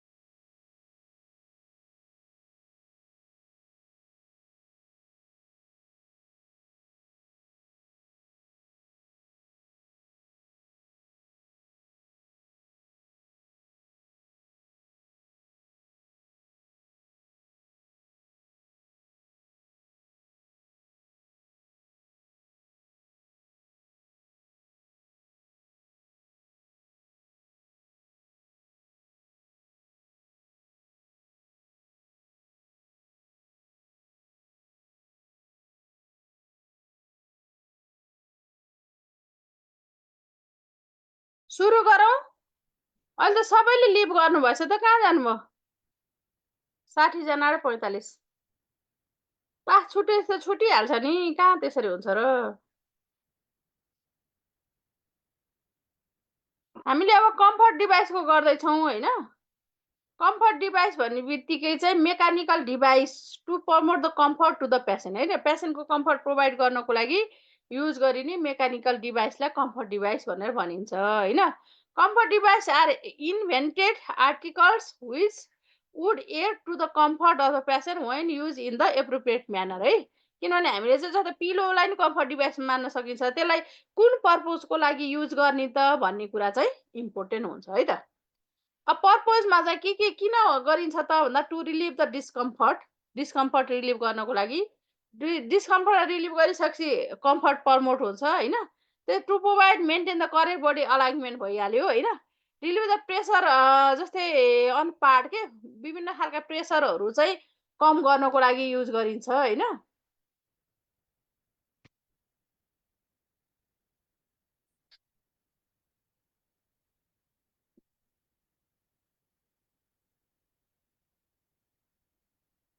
त्यस्तै गरी चाहिँ अब प्रेसर नहोस् भन्नको लागि त्यस्तै गरी फल एन्ड एक्सिडेन्ट जस्तै साइड रेलको कुरा भयो नि त, त्यो पनि कम्फर्ट डिभाइसमा पर्छ। बिरामी चाहिँ अब एक्सिडेन्ट नहोस्, फल इन्जुरी नहोस् भन्नको लागि भयो। र कुनै पनि बडीको पार्टलाई इमोबिलाइज गर्नको लागि पनि कम्फर्ट डिभाइसहरू युज गरिन्छ है त। यो डिफ्रेन्ट पर्पजहरू भयो। Various device are use for the giving the comfort to the patient है त। अब के युज गर्न सकिन्छ त भन्दा use to support part of the body like head and neck, arm, leg and part of the back के सबै बडीको पार्ट। जस्तै अघि हामीले विभिन्न पोजिसनहरू पढ्दाखेरि पिलोहरू कोही निको तल, कोही चाहिँ ह्यान्डमा, कोही चाहिँ अब ब्यागमा त्यसरी राखेको देखिएको थियो नि त। भनेको मतलब डिफ्रेन्ट बडी पार्टहरू सपोर्ट गर्नको लागि भयो। Relief pain on abdominal muscle tendon beneath the knee होइन। भनेको मतलब चाहिँ कहिलेकाहीँ एब्डोमिनल राखेर सपोर्ट गर्नुपर्ने हुन्छ नि त होइन, त्यसको लागि भयो। पोजिसनिङ द पेसेन्ट, पेसेन्टलाई जस्तै ल्याटरल पोजिसन राख्यो अनि ब्याकमा पिलो राख्ने, अगाडि पिलो राख्ने होइन, हेल्प भयो नि त त्यसले गर्दाखेरि होइन, सपोर्टको लागि। त्यस्तै बडीको पार्ट इलिभेट गर्नको लागि के जस्तै अब लेग इलिभेट गर्नु छ भने लेगको मुनि हामी पिलो राख्छौँ नि त होइन, त्यो इलिभेट गर्नको लागि हो। त्यसै गरी इन्सिजन एरियामा चाहिँ स्प्लिन्ट भनेको चाहिँ नचलाइकन राख्नको लागि के त्यो पनि युज गरिन्छ। जस्तै कार्डियक बिरामीहरू, पल्मोनरी डिस्ट्रेस भएको बिरामीहरूलाई चाहिँ कम्फर्ट प्रोभाइड गर्नको लागि पनि गरिन्छ है। यो त पिलो भयो। अब आयो वाटर ब्याग है त। वाटर हट वाटर ब्याग भनेको चाहिँ जस्तै अब ब्याग अफ लेदर होइन अथवा क्यानभास अथवा अदर म्याटेरियल चाहिँ युज गरिन्छ। त्यसमा चाहिँ जस्तै हट वाटर फिल गरेर हट एप्लिकेसन दिनको लागि युज गरिन्छ। यसको पर्पज भने टु रिलिभ द पेन भइहाल्यो, to promote the healing, to give warm to body होइन, टु रिलिभ द इन्फ्लामेसन के कुनै पनि इन्फ्लामेसनहरू भयो भने रिलिफ गर्नु। जस्तै हट एप्लिकेसन गरिसकेपछि के हुन्छ त भन्दा सर्कुलेसन इम्प्रुभ हुन्छ नि त, त्यसले गर्दा चाहिँ भेनस रिटर्नहरू राम्रो हुन्छ, सर्कुलेसन इम्प्रुभ भएको कारणले गर्दाखेरि र इन्फ्लामेसनहरू कम हुने भयो। त्यसै गरी चाहिँ to give the warm to the body त भइ नै हाल्यो। हिलिङ भनेको कसरी हुन्छ त भन्दा सर्कुलेसन एकदम नै इन्क्रिज हुन्छ, त्यसले गर्दा न्युट्रिसन अक्सिजनहरू सप्लाई हुन्छ नि त, त्यो कारणले भयो है त। अब त्यस्तै गरी चाहिँ फुटबोर्ड, अर्को डिभाइस भनेको फुटबोर्ड। अघि हामीले पोजिसनमा पनि पढेका थियौँ, सुपाइन पोजिसनमा फुटबोर्ड राखेको थियो नि। यो चाहिँ लङ टर्म हस्पिटलाइज भएको बिरामीहरू के हुन्छ त भन्दा जब उनीहरू चाहिँ बेड रिडन छन् भने चाहिँ त्यो फुट अब हिँड्न बानी परेको हुँदैन, जसले गर्दाखेरि चाहिँ राख्दा राख्दा राख्दा फुट चाहिँ के हुन्छ त भन्दा प्लान्टर फ्लेक्सन हुन्छ के, तलतिर झुक्छ के, र पछि एकदम नै बिरामी रोग निको भइसक्छ तर बिरामी हिँड्न सक्दैन। त्यही भएर फुट ड्रप भन्छ त्यो कन्डिसनलाई। फुट ड्रप नहोस् भन्नको लागि चाहिँ फुटबोर्ड चाहिँ राखिन्छ है त। जस्तै पर्पजमा to maintain the normal position of the feet भइहाल्यो, to promote the comfort, to prevent the foot drop है त। यो चाहिँ मेन गरेर फुटबोर्ड राख्ने भनेको चाहिँ कम्फर्ट प्रोभाइड गर्नको लागि पनि भयो, नर्मल पोजिसनमा राख्नको लागि पनि भयो, फुट ड्रप नहोस् भनेर पनि गर्न सकिन्छ। अब त्यस्तै गरी चाहिँ board should be remove at least 2 to 3 times day के भनेको मतलब फुटबोर्ड जब युज गरिन्छ नि त्यो कन्टिन्युअस 24 आवर राखिरहन हुँदैन होइन। इन बिट्विनमा चाहिँ हामीले चाहिँ निकालिराख्नु पर्यो कि, किनभने फुटबोर्ड निकालिसकेपछि के हुन्छ त भन्दा त्यो हेड फेरि डर्सी फ्लेक्स भइराख्ने भयो नि त, फेरि एउटै पोजिसनमा हुन्छ, मुभमेन्ट हुँदैन। मुभमेन्ट हुनको लागि पनि त्यो हामीले रिलिफ गरिराख्नुपर्छ होइन। र जोइन्ट मोबिलिटी कस्तो छ, स्किन इन्टिग्रिटी कस्तो छ भन्ने कुरा हेरिराख्नु पर्यो। र करेक्टली प्लेस चाहिँ हुनु पर्यो कि त्यसलाई चाहिँ अब ठ्याक्क राम्रोसँग फिटमा सपोर्ट भएको छ कि छैन भन्ने कुरा इम्पोर्टेन्ट हुन्छ है त। अब अर्को छ ब्याक रेस्ट है त। ब्याक रेस्ट भन्ने बित्तिकै it is the mechanical device which provide the support for the patient in sitting पोजिसनमा बस्दाखेरि सपोर्ट प्रोभाइड गर्नको लागि गरिन्छ। Use to relieve the dyspnoea as by providing the Fowler's or high Fowler's position floor position maintain गर्नको लागि चाहिँ यो चाहिँ हेल्प गरिन्छ है ब्याक रेस्ट चाहिँ। यो चाहिँ ब्याक रेस्ट सेपरेट पनि पाइन्छ, अहिले चाहिँ बेडमै एट्याच हुन्छ नि त। हामीले बेडलाई नै तल माथि उठाउन सक्छौँ होइन, त्यसरी नै मेन्टेन गर्छौँ। र कार्डियक पेसेन्टहरूलाई वर्कलोड नहोस्, हार्टको वर्कलोड नहोस् भन्नको लागि चाहिँ यो चाहिँ गरिन्छ, अथवा डिस्निया भएको बिरामीहरू क्या सास फेर्न गाह्रो भएको बिरामीलाई सजिलो गराउनको लागि गरिन्छ। अब आयो बेड क्र्याडल होइन। बेड क्र्याडल भन्ने बित्तिकै it is a frame use to hold the bed linen from touching the patient होइन। भनेको मतलब बेड क्र्याडल राखेपछि के हुन्छ त भन्दा टप लिननले चाहिँ जो बडी पेसेन्टको बडी चाहिँ टच गर्न पाउँदैन होइन। It is use to allow the air to circulate around the lower लिम्बमा चाहिँ एयर अब एलाउ गर्नको लागि गरिन्छ, किनभने लिनेनहरू डाइरेक्टली त्यो टच हुँदैन।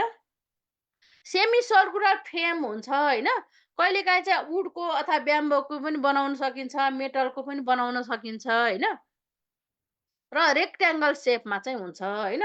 तपाईँले यहाँ हेर्नु भएको छ नि बेड क्र्याडल, ठ्याक्क यस्तै नै हो। बेडको उसमा चाहिँ ठ्याक्क राखिन्छ बिरामीलाई र त्यो माथिबाट कभर चाहिँ गरिन्छ है त टप लिनेनले। Use to support the weight of the top bed clothing होइन, अघि मैले भनिसकेँ। जस्तै to prevent them from the coming in contact with the patient's body, specially for the patient with burn भयो होइन। Electrical bed cradle are use to supply the desire warm in case of the shock है त। Electrical bed cradle when the plaster cast is wet to dry कि plaster caste भनेको प्लास्टरहरू लगाइसकेपछि जब weight हुन्छ नि त्यहाँ राखेर हामीले चाहिँ इलेक्ट्रिकल त्यो हिटहरू दिएर चाहिँ त्यसलाई ड्राई गर्नको लागि पनि प्रयोग गर्न सक्छौँ। अब आयो कार्डियक टेबल होइन। तपाईँहरूले फिगरमा देखा जस्तै कार्डियक टेबल भन्ने बित्तिकै त्यो टेबल हो। त्यो टेबल चाहिँ खास गरेर चाहिँ बिरामीहरूलाई चाहिँ बेडमा चाहिँ अगाडिपट्टि के राखिन्छ, जसले गर्दा lean forward patients for patient to lean forward भन्छ, अगाडि झुक्नको लागि चाहिँ यसले चाहिँ हेल्प गर्छ, सपोर्ट हुन्छ होइन। Use in positioning patient who are to undergo the some diagnostic procedure like thoracentesis भनेको चाहिँ जस्तै हामीले चाहिँ लङ्सबाट चाहिँ इन्भेस्टिगेसनको लागि अब त्यहाँबाट फ्लुइडहरू निकाल्नको लागि गरियो भने त्यसलाई थोराको सेन्थेसिस भनेर भनिन्छ, त्यसको लागि युज गरिन्छ होइन। त्यस्तै गरी कहिलेकाहीँ चाहिँ अब यस्तो गर्दाखेरि के हुन्छ त भन्दा जस्तै सुनिएन हो,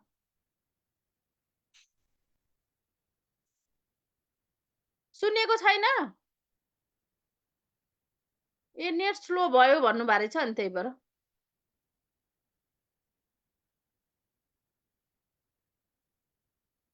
खै म त बोलिरहेको छु है।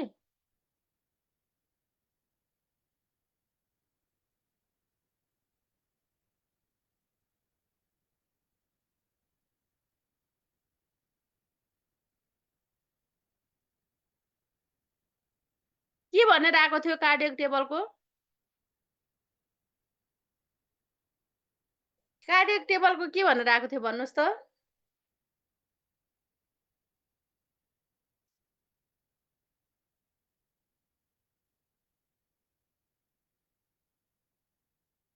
के सोधेको थियो कार्डियक टेबल? ए किन युज गरिन्छ भन्ने अप्सन के थियो होला त्यहाँ सम्झिनु भएको छ?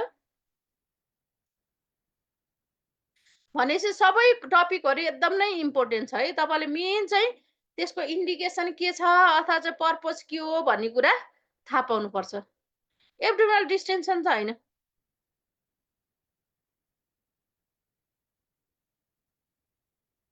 एब्डोमिनल डिस्टेन्सन होइन।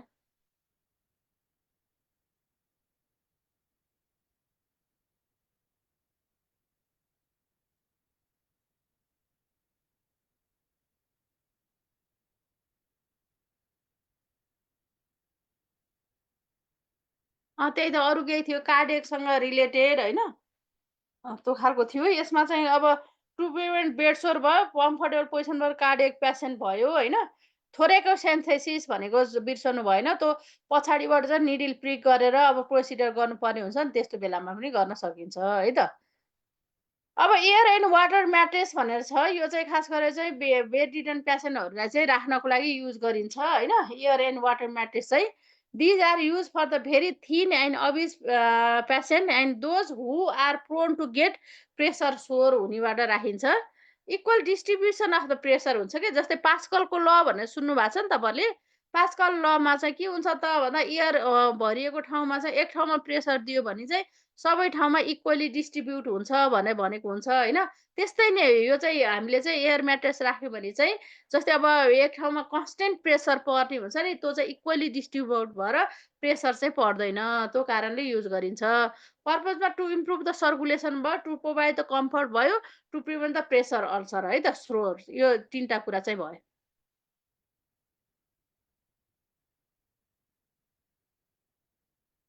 त्यस्तै गरी अब यो चाहिँ रिङ भयो, इयर रिङ भनेर भन्छ यसलाई होइन। यो भनेको चाहिँ यो खास गरेर चाहिँ प्रेसरहरू नहोस् भन्नको लागि प्रेसर बोनी प्रोमिनेन्स एरिया हुन्छ नि, त्यो एरियामा राख्नको लागि चाहिँ युज गरिन्छ क्या। जस्तै एल्बो, हिल, बटक्स होइन, त्यहाँ राखिसकेपछि प्रेसर कन्टिन्युस प्रेसर नपर्नको लागि यो चाहिँ युज गरिएको हुन्छ। यो चाहिँ रिङ भनेर भनियो। त्यस्तै एयर कुसनको पनि मेन पर्पज चाहिँ त्यही नै हो। एयर कुसन भन्ने बित्तिकै कुसन भयो, कुनै पनि बडीको पार्टहरूलाई लिफ्ट गर्नको लागि, सपोर्ट गर्नको लागि चाहिँ युज गरिन्छ होइन। सर्टेन पार्ट अफ बडीमा चाहिँ प्रेसर रिलिफ गर्नको लागि भयो, कम्फर्ट प्रोभाइड गर्नको लागि युज गरिन्छ। अब बेड ब्लक छ, बेड ब्लक भन्ने बित्तिकै चाहिँ युज फर प्रोभाइड टिन्निङ बर्ड पोजिसन दिनको लागि चाहिँ यो युज गरिन्छ। खास गरेर चाहिँ अब टिन्निङ बर्ड पोजिसन भनेर अहिले चाहिँ बेडलाई नै मुभ गर्न सकिन्छ नि त अदालको। पहिला पहिला म्यानुअल बेडहरूमा चाहिँ जस्तै 45 डिग्री अथवा 30 डिग्री त्यो 45 चाहिँ हामीले इलिभेट गर्नुपर्ने हुन्छ नि टिन्निङ बर्ड पोजिसनमा, फुट साइडमा। त्यसमा चाहिँ यो फुटको जुन त्यो हुन्छ त्यसमा चाहिँ यो ब्लकहरू राखेर बेडलाई चाहिँ इलिभेट गर्न चाहिँ युज गरिन्छ होइन। जस्तै एनेस्थेसिया दिएको बिरामीमा हेड लो गर्नको लागि, त्यसै गरी सक भएको सकबाट प्रिभेन्ट गर्नको लागि होइन, फ्लुइड रिटेन्सन इनेमाहरू दिनको लागि, रिटेन्सन इनेमा दिनको लागि भयो। आफ्टर टन्सिलेक्टोमी पनि गर्न सकिन्छ। त्यसै पोस्चरल ड्रेनेजको रूपमा पोजिसन मेन्टेन गर्न पनि सकिन्छ र ट्र्याक्सन प्रोभाइड गर्नको लागि पनि गरिन्छ है त। अब आयो हट वाटर ब्याग होइन। हट वाटर ब्याग भनेपछि use to promote the healing. जस्तै यसले चाहिँ सर्कुलेसन, जस्तै hot water dry heat application गर्छ नि त यसले होइन, त्यहाँबाट सर्कुलेसन चाहिँ के गर्छ, स्टिमुलेट गरेको हुन्छ होइन। बडी टेम्परेचर रेज गर्नको लागि पनि युज गरी, हाइपोथर्मिया भएको बिरामीहरूलाई नि हट वाटर ब्याग राख्न सक्छौँ होइन। कम्फर्ट र वार्मथ प्रोभाइड गर्नको लागि भयो। त्यसै टु रिलिभ द पेन, के पेन रिलिभ गर्नको लागि पनि गरिन्छ र टु रिल्याक्स द मसलको लागि पनि युज गरिन्छ। अब रोल भनेर छ, तपाईँले यहाँ फिगरमा देख्नुहुन्छ नि त, यस्तै खालको रोलहरू हुन्छ। यसले चाहिँ के गर्छ त भन्दा hand roll are made of cloth and roll into the cylinder about 4.5 inches long and 2 to 3 inch in diameter हुन्छ होइन। Use to maintain the thumb and finger in slightly flex पोजिसनमा राख्नको लागि, के स्लाइटली फ्लेक्स पोजिसनमा राख्नको लागि चाहिँ यो ह्यान्ड रोलहरू चाहिँ युज गरिन्छ है त। थाई रोल पनि अब त्यही नै हो, थाईलाई चाहिँ पोजिसनमा राख्नको लागि युज गरिने हो होइन। Thigh roll are made by the folding a sheet to the desire length 2 to 3 feet and then roll into the thigh सिलिन्डरमा चाहिँ अब त्यसलाई रोल गरिन्छ होइन। यसले चाहिँ के गरिन्छ त भन्दा फुइडलाई चाहिँ गुड अलाइनमेन्टमा राख्नको लागि के, जस्तै प्यारालाइज भएको बिरामी सुतिराखेको छ भने के हुनसक्छ त भन्दा त्यो चाहिँ रोटेट हुनसक्छ, एक्सटर्नल रोटेट हुनसक्छ, फ्र्याक्चरहरू हुनसक्छ होइन। त्यस्तो अवस्थामा चाहिँ यसलाई चाहिँ ठ्याक्क हामीले चाहिँ प्लेसमा राख्नको, नर्मल अलाइनमेन्टमा राख्नको लागि चाहिँ युज गरिन्छ। त्यसै गरी ह्यान्ड रिस्ट स्प्लिन्ट भनेर भन्छ।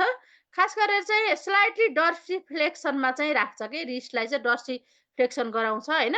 त्यस्तै इमोबिलिटीहरू अब फिङ्गर अथवा त्योलाई चाहिँ इमोबिलाइज गर्नुपर्ने छ भने पनि युज गरिन्छ र मेन्टेन द फङ्सनल पोजिसन भनेर भन्छ कि, यो गरिसकेपछि किनभने त्यो काम गर्न सक्यो नि त, सेफ भयो नि त एरिया, त्यो फ्र्याक्चरहरू त्यस्तो छ भने पनि।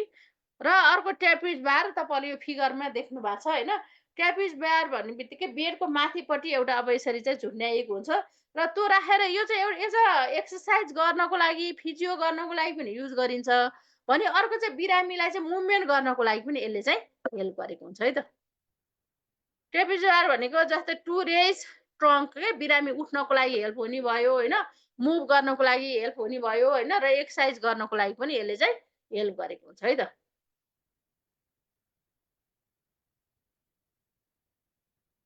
ठिक छ नि। अब साइड रेल बुझेको छ कि छैन यतिसम्म?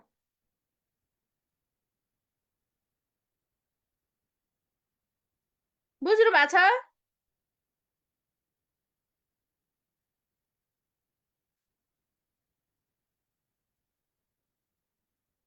अब साइड रेल भन्ने बित्तिकै चाहिँ prevent the patient falling out of the bed के मेनली चाहिँ सेफ्टीको लागि हो नि त राख्ने होइन। Provide the patient support to grasp and hold them होइन मुभिङ अबाउट होइन, मुभ गर्नको लागि यताउता समातेर होल्ड गरेर जिउ उठाउनको लागि यता फर्किनको लागि उता फर्किनको लागि नि यसले हेल्प गरेको हुन्छ होइन। अब provide assistant in rolling from the side to side होइन, कहिलेकाहीँ चाहिँ साइड टु साइड अब रोल गर्नको लागि अथवा बस्नको लागि पनि हेल्प चाहिँ भइराखेको हुन्छ है त। अब सेन ब्याग भन्ने बित्तिकै यो चाहिँ के हुन्छ त भन्दा एउटा ब्याग हुन्छ त्यसमा चाहिँ सेन भनेको बालुवा राखिएको हुन्छ नि त। यो खास गरेर चाहिँ अब सब बडीको पार्टहरूमा सपोर्ट गर्नको लागि, कुनै कुनै बडी पार्टलाई इमोबिलाइज गर्नको लागि, फ्र्याक्चर बोनलाई चाहिँ सपोर्ट गर्नको लागि होइन, त्यतिकै प्रेसर ब्लिडिङ भएको ठाउँमा चाहिँ प्रेसर दिनको लागि र मेन्टेन द स्पेसिफिक बडीलाई चाहिँ अलाइनमेन्ट के ठाउँमा राखिराख्नको लागि, फुड ड्रप नहोस् भन्नको लागि चाहिँ यो चाहिँ युज गरिन्छ है। अथवा एक्सटर्नल रोटेसन अफ थाइ नहोस् भन्नको लागि पनि युज गरिन्छ। मेनली चाहिँ यसको कामै के हो त भन्दा सपोर्ट गर्ने हो क्या, इमोबिलाइज गर्ने होस् अथवा चाहिँ सपोर्ट गर्ने होस्, त्यसले त्यो राखेर बडीको स्पेसिफिक मेन्टेन गरिराख्नको लागि यसले चाहिँ हेल्प गरेको हुन्छ। अब बेड बोर्ड भनेर छ, बेड बोर्ड भन्ने बित्तिकै के हो त भन्दा यो चाहिँ बेडलाई चाहिँ फर्म अथवा इभन इभन टाइपको बनाउनको लागि के, जस्तै इफ हामीले चाहिँ सिपिआर राख्ने बेला बेड बोर्ड युज गर्छौँ नि, त्यो भनेको चाहिँ जस्तै हामीले चाहिँ प्रेसर दिँदाखेरि चाहिँ तलमाथि नहोस् पेसेन्ट भनेर त्यो गरे हुन्छ। त्यस्तै गरी अर्थोपेडिक बेडमा चाहिँ बेड बोर्डहरू चाहिँ युज गरिन्छ। यो किन त भन्दा फ्र्याक्चर भएको लिम्बहरू अथवा चाहिँ स्पाइनल फ्र्याक्चर छ भने मुभ भयो भने त त्यो त त्यो बेड कम्प्लिट बेड रेस्ट राखेको बेलामा बेड नै तलमाथि मुभ भयो भने त त्यो त इभन अप त्यो मेन्टेन हुन सक्दैन होइन। त्यो कारणले गर्दा हार्ड सर्फेस मेन्टेन गराउनको लागि बेड बोर्ड चाहिँ राखिन्छ है त। ठिक छ।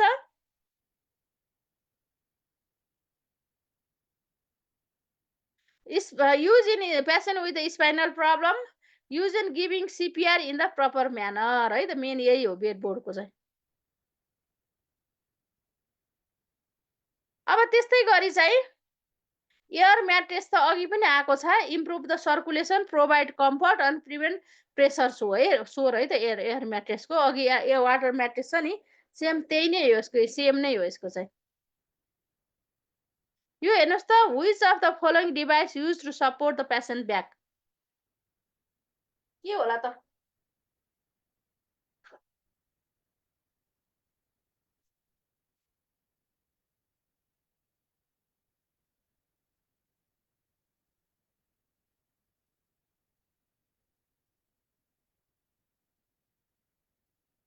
के होला त? एक हो ब्याक रेस्ट है त, पेसेन्टको ब्याकलाई सपोर्ट गर्ने ब्याक रेस्ट है। यो भनेको to support the back, to facilitate the easy breathing के, डिस्निया भएको बिरामीहरूलाई नि युज गरिन्छ, स्पेसली फर हार्ट पेसेन्टहरूलाई पनि युज गरिन्छ है त। Which action should be taken when attempting to decrease the fall in the hospital setting? हस्पिटलमा चाहिँ फल इन्जुरी नहोस् भन्नको लागि के कुरा चाहिँ अपनाउन सकिन्छ?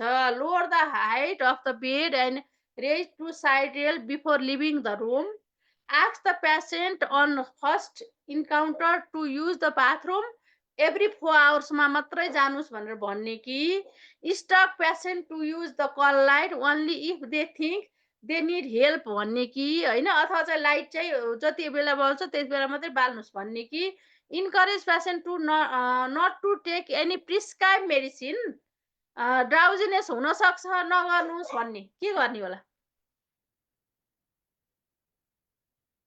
यसमा ए भयो है त, सबैजनाले ए भन्नुभएको छ। Lower the height of the bed and the raise to side rail before leaving the room है, त्यो भएपछि फल इन्जुरी चाहिँ हुँदैन।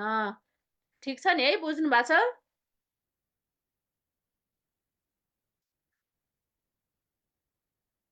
सक्यो है त, कम्फर्ट डिभाइस पनि सक्यौँ हामीले। आज हामीले के को बारेमा डिस्कसन गर्यौँ? फिजिकल केयरको बारेमा गर्यौँ, पोजिसनको बारेमा गर्यौँ, त्यस्तै गरी कम्फर्ट डिभाइसको बारेमा गर्यौँ है त। अब यसमा केही नबुझेको छ यतिमा, यिनीहरूको च्याप्टरमा?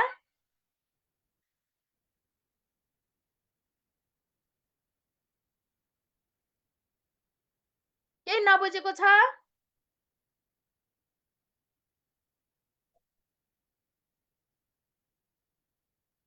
अब हामी के सुरु गर्ने त? 15 मिनट 20 मिनट बाँकी छ हामीसँग। के सुरु गर्ने भन्नुहोस् त? छोटो च्याप्टर।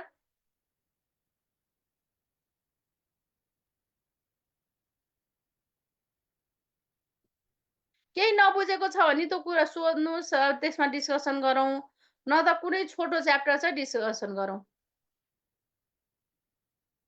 कुन च्याप्टरको गरौँ? मसित च्याप्टर वाइज एमसिक्यू मात्रै छ।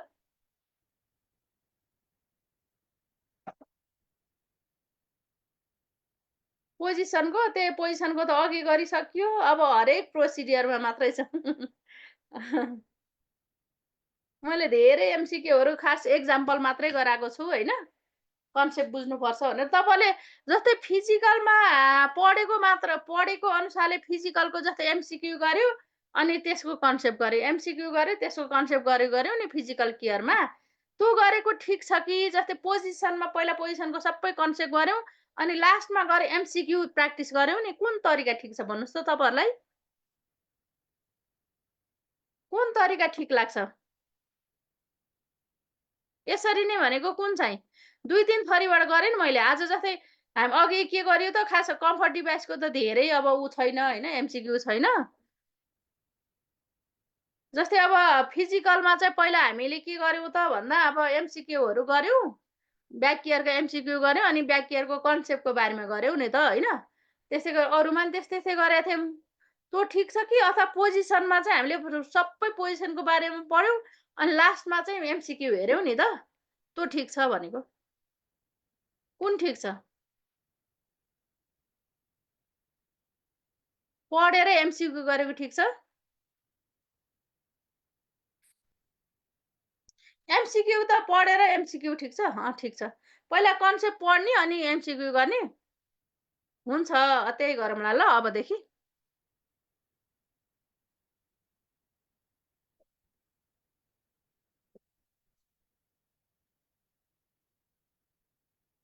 ओएमआर सिट भनेको?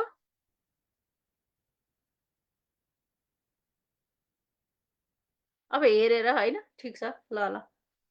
ओएमआर सिट भन्नुभयो, के हो त ओएमआर? मलाई नि नयाँ भयो त।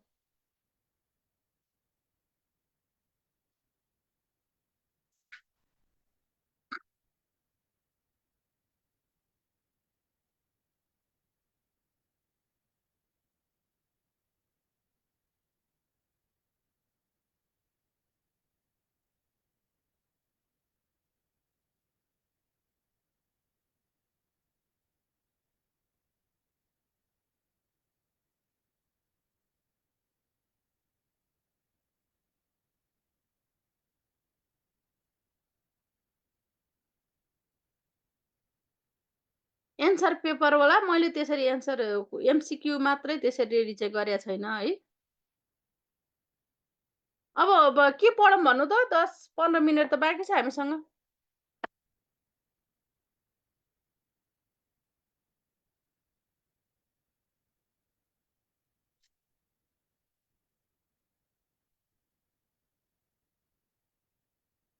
केही सोध्न छ भने सोध्नुहोस् कुनै। अहिलेसम्म हामीले के पढ्यौँ त भन्दा, नर्सिङ प्रोसेसको सक्यौँ, त्यसपछि मास्लो हायरार्कीको सक्यौँ है। त्यस्तै गरी चाहिँ बेड सोरको सक्यौँ, फिजिकल केयरको सक्यौँ।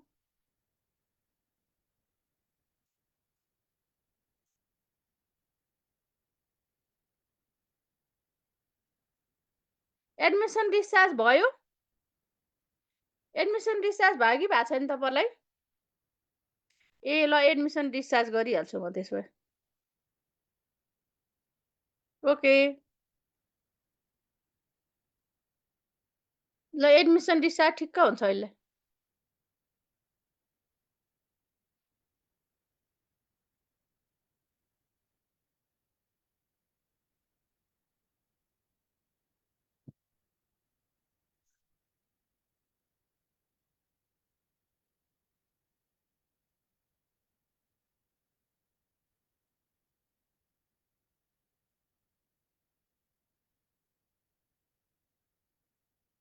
एडमिसन डिस्चार्ज भएको थियो?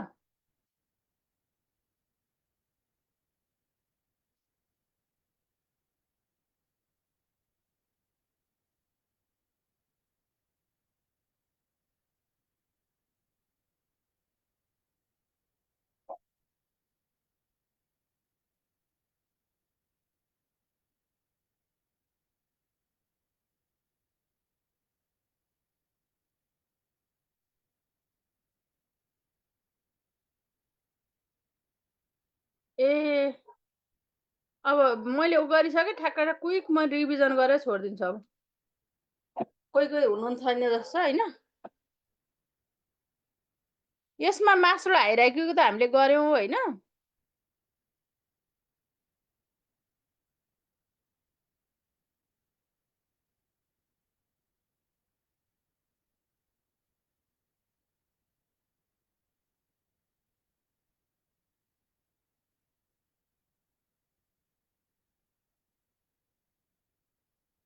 एडमिसन भन्ने बित्तिकै अब डिफ्रेन्ट पर्पजले गरिन्छ होइन। सुन्नुहोस् है त, पेसेन्टको कन्डिसन एसेस गर्नको लागि, इमिडिएट केयर प्रोभाइड गर्नको लागि, रेस्ट प्रोभाइड गर्नको लागि, जस्तै फिजिकली मेन्टली, जस्तै जेनरल कन्डिसन अब्जर्भ गर्नको लागि होइन, जस्तै आवश्यकता अनुसार चाहिँ केयर र ट्रिटमेन्ट प्रोभाइड गर्नको लागि होइन, डिफ्रेन्ट डायग्नोस्टिक प्रोसिडियरहरू हेर्नको लागि र इन्फर्मेसन ग्यादर गर्नको लागि पनि भर्ना गरिन्छ। अब प्रोसिडियरमा हामीले के गर्ने त भन्दा बिफोर पेसेन्ट अराइभल के गर्नु पर्यो? ह्यान्ड वासिङ गर्नु पर्यो, अल रिक्वायर इक्विपमेन्टहरू प्रिपेयर गर्नु पर्यो होइन। र पेसेन्टको लागि चाहिँ बेड चाहिँ रेडी गरेर राख्नु पर्यो, फर्निचरहरू अथवा स्पेसल डिभाइसहरू के युज हुन्छ त्यो चाहिँ एरेन्ज गर्नु पर्यो। अब बिरामी आइसकेपछि के गर्नु पर्यो त भन्दा greet the patient and relative. सबभन्दा फर्स्टमा चाहिँ बिरामीलाई ग्रिट गर्नु पर्यो होइन, र receive the patient and family assign बेडमा चाहिँ रिसिभ गर्नु पर्यो। जेनरल कन्डिसन चाहिँ अब्जर्भ गर्नु पर्यो। इमिडिएट केयर चाहिँ आवश्यक, जस्तै अब कसैलाई सास फेर्न बिरामी जस्तै आउँदैछ, ग्रिट गर्यो, गर्दा गर्दा उसलाई एकदम नै पेन भइरहेछ अथवा एकदम नै सास फेर्न गाह्रो भएको छ भने त इमिडिएट केयर भयो नि त। त्यो त अक्सिजन लगाइदिइहाल्नु पर्यो, पोजिसन मेन्टेन गरिहाल्नु पर्यो, अथवा पेन मेडिकेसन आवश्यकता अनुसार दिनु पर्यो भनेको इमिडिएट केयर चाहिँ दिनु पर्यो होइन। एडमिसन कन्सेन्ट चेक गर्नु पर्यो, त्यसपछि भाइटल साइन हेर्नु पर्यो। आइसकेपछि बेस लाइन के छ त आउँदाखेरि भन्ने कुरा चाहिन्छ नि त। त्यही भएर चाहिँ हामीले चाहिँ भाइटल साइन चेक गरिहाल्नुपर्छ होइन। इमिडिएट निडहरू, अब त्यसपछि उसलाई के गर्नुपर्ने छ भन्ने कुराहरू एसिस गर्नु पर्यो। जेनरल कन्डिसन अनि अब्जर्भ गर्नु पर्यो। र त्यो गरिसकेपछि हामीले बिरामीलाई चाहिँ ओरिएन्टेसन दिन्छौँ। ओरिएन्टेसन दिँदा हस्पिटलको फिजिकल सेटअप भयो, वार्डको बारेमा होइन, र फेसिलिटीहरू जस्तै टेलिफोन, क्यान्टिन, फार्मेसी के युज हुन्छ त्यसको बारेमा भयो होइन। पोलिसी जस्तै visitor hour, gate pass, attendance, staying होइन, अब भनेको कुर्ने मान्छेहरू बस्ने त्यसको बारेमा भयो होइन। रुटिन वार्डमा चाहिँ मिल टाइम, मेडिकेसन टाइम कति बेला छ त भन्ने कुराहरू पनि गर्नु पर्यो है त। अब पर्सनल केयरमा चाहिँ help the patient to change his her clothing, अथवा चाहिँ मेन्टेन पर्सनल हाइजिन भइ नै हाल्यो होइन। कम्प्लिट द एडमिसन चार्ज चाहिँ कम्प्लिट गर्नु पर्यो। र स्पेसिमेन केही पठाउनु पर्ने छ भने त्यो चाहिँ लिनु पर्यो होइन। अब त्यसपछि हामीले चाहिँ फिजिकल एक्जामिनेसन हिस्ट्री टेकिङ डिटेलमा लिनु पर्यो, डाटाहरू लिनु पर्यो नि त। उसलाई चाहिने सामानहरू सबै मगाउनु पर्यो होइन। र केही अब हामीले चाहिँ इन्फर्म गर्नुपर्ने केही प्रोसिडियर छ भने चाहिँ डिफ्रेन्ट डिपार्टमेन्टहरूमा कोअर्डिनेसन गर्नु पर्यो, डक्टरलाई इन्फर्म गर्नु पर्यो। र भ्यालुएबल थिङ्सहरू चाहिँ नल्याउनुहोस् भनेर भन्नु पर्यो। र कम्प्लिट एडमिसन चार्ज चाहिँ भर्नु पर्यो है त। अब पोइन्ट्स टु रिमेम्बरमा हामीले के कुरा ख्याल गर्नुपर्छ त भन्दा, जस्तै पेसेन्टको कन्डिसन चाहिँ एकदम नै अब्जर्भ गर्नु पर्यो होइन। त्यसपछि रेकर्ड र रिपोर्ट गरिहाल्नुपर्छ। पेसेन्ट चाहिँ कम्युनिकेबल डिजिज छ भने चाहिँ आइसोलेट गर्नु पर्यो। र रिलेटिभ्स अथवा पेसेन्टलाई चाहिँ वार्डको पोलिसी, हस्पिटलको बारेमा ओरिएन्ट चाहिँ गराउनु पर्यो होइन। Avoid physical and psychological trauma त भइ नै हाल्यो, किनभने उसलाई डिस्कम्फर्ट पनि हुनु भएन। प्लस हामीले चाहिँ अब एकदमै रेस्पोन्स क्विक गर्नु पर्यो होइन, उनीहरूलाई साइकोलोजिकली केही असर नहोस् भन्नको लागि। Be courteous and kind to the patient his relatives. If patient is very ill inform to the doctor ward in charge immediately, है त तुरुन्तै खबर गर्नु पर्यो। A nurse is performing an admission assessment for older adult client. After gathering the assessment data and performing the review of the system, which of the following is the priority for the nurse? के गर्ने होला त भन्नुहोस् त?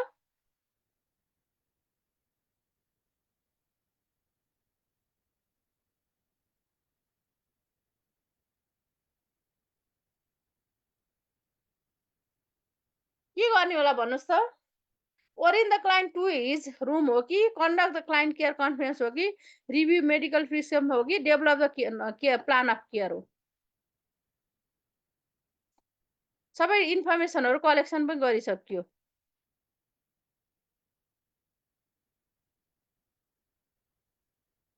यो चाहिँ orient the client to the room है त। किन सबै गरिसकेपछि उसलाई त्यो रुम त वहाँ वरिपरि चाहिँ कस्तो छ त भनेर ओरिएन्ट चाहिँ गर्नु पर्यो है त। त्यस्तै the first thing to do on the patient admission is, हामीले बिरामी आउने बित्तिकै के गर्नु पर्यो? एडमिसनको हिस्ट्री अथवा इन्टरभ्यू लिने हो कि, डकुमेन्टेसन गर्ने हो कि, भाइटल साइन लिने हो कि, डायग्नोसिस बनाउने हो?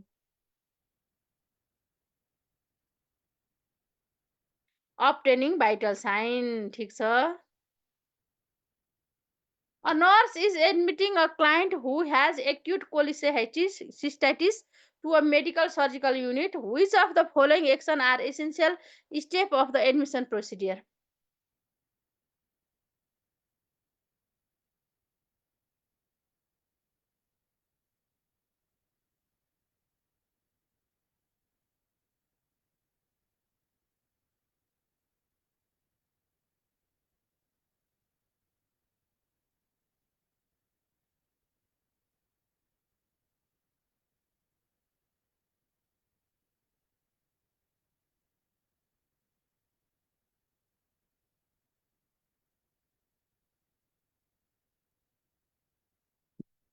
के हो त?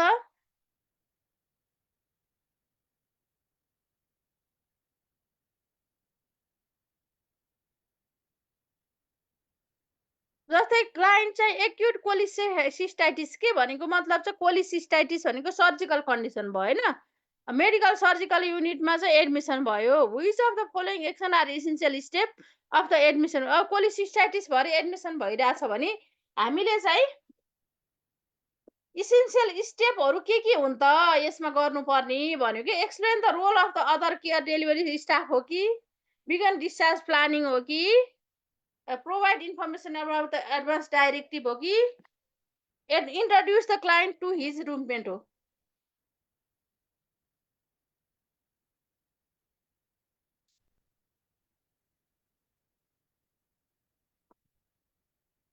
यसको चाहिँ अल अफ द एबोभ हो कि, तपाईँहरूलाई त्यहाँ अल अफ एबोभ ऊ छैन, सबै उस्तै उस्तै जस्तो लाग्छ होइन। अब ब्रेन स्टोमिङ त मजाले गराउनु पर्यो नि त होइन, यसको चाहिँ सबै नै चाहिन्छ नि त।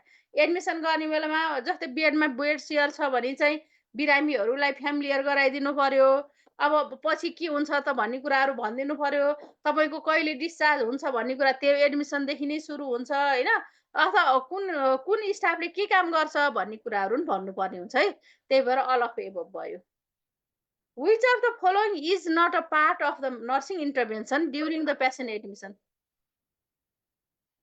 कुन चाहिँ नर्सिङ इन्टरभेन्सनमा चाहिँ अब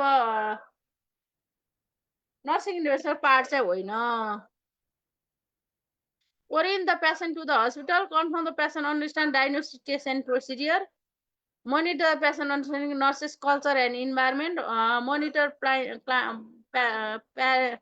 patient's ability to employ independently. सीको होइन है त, ठिक छ, तपाईँले भन्नुभएको एकदम ठिक छ। हामी नर्सेसको कल्चर इन्भाइरोमेन्ट के छ भन्ने कुरा त त्यो त होइन नि त होइन, त्यही भएर त्यो चाहिँ सीको चाहिँ होइन है त। अब डिस्चार्ज प्रोसिडियर भयो। डिस्चार्ज भन्ने बित्तिकै डिफ्रेन्ट पर्पजले गरिन्छ, जस्तै number of days, continuity of care दिनको लागि होइन, कम्फर्टेबल हेल्दी एटमोस्फियर गराउनको लागि होइन, रिफरल सेन्टरमा चाहिँ कोअर्डिनेट गर्नको लागि। टाइप अफ डिस्चार्जमा क्योर एन्ड डिस्चार्ज हुन्छ, डिस्चार्ज अगेन्स्ट मेडिकल एडभाइस हुन्छ, डिस्चार्ज एट रिक्वेस्ट हुन्छ, ट्रान्सफर टु अदर हस्पिटल हुन्छ, डेथ हुन्छ र एक्सटेन्डेड है। यो डिफ्रेन्ट टाइपका डिस्चार्जहरू चाहिँ हुन्छन्। क्योर एन्ड डिस्चार्ज भनेको जे कारणले जस्तै टाइफाइड भएर आएको छ भने सन्चो भयो भने डिस्चार्ज भने क्योर एन्ड डिस्चार्ज।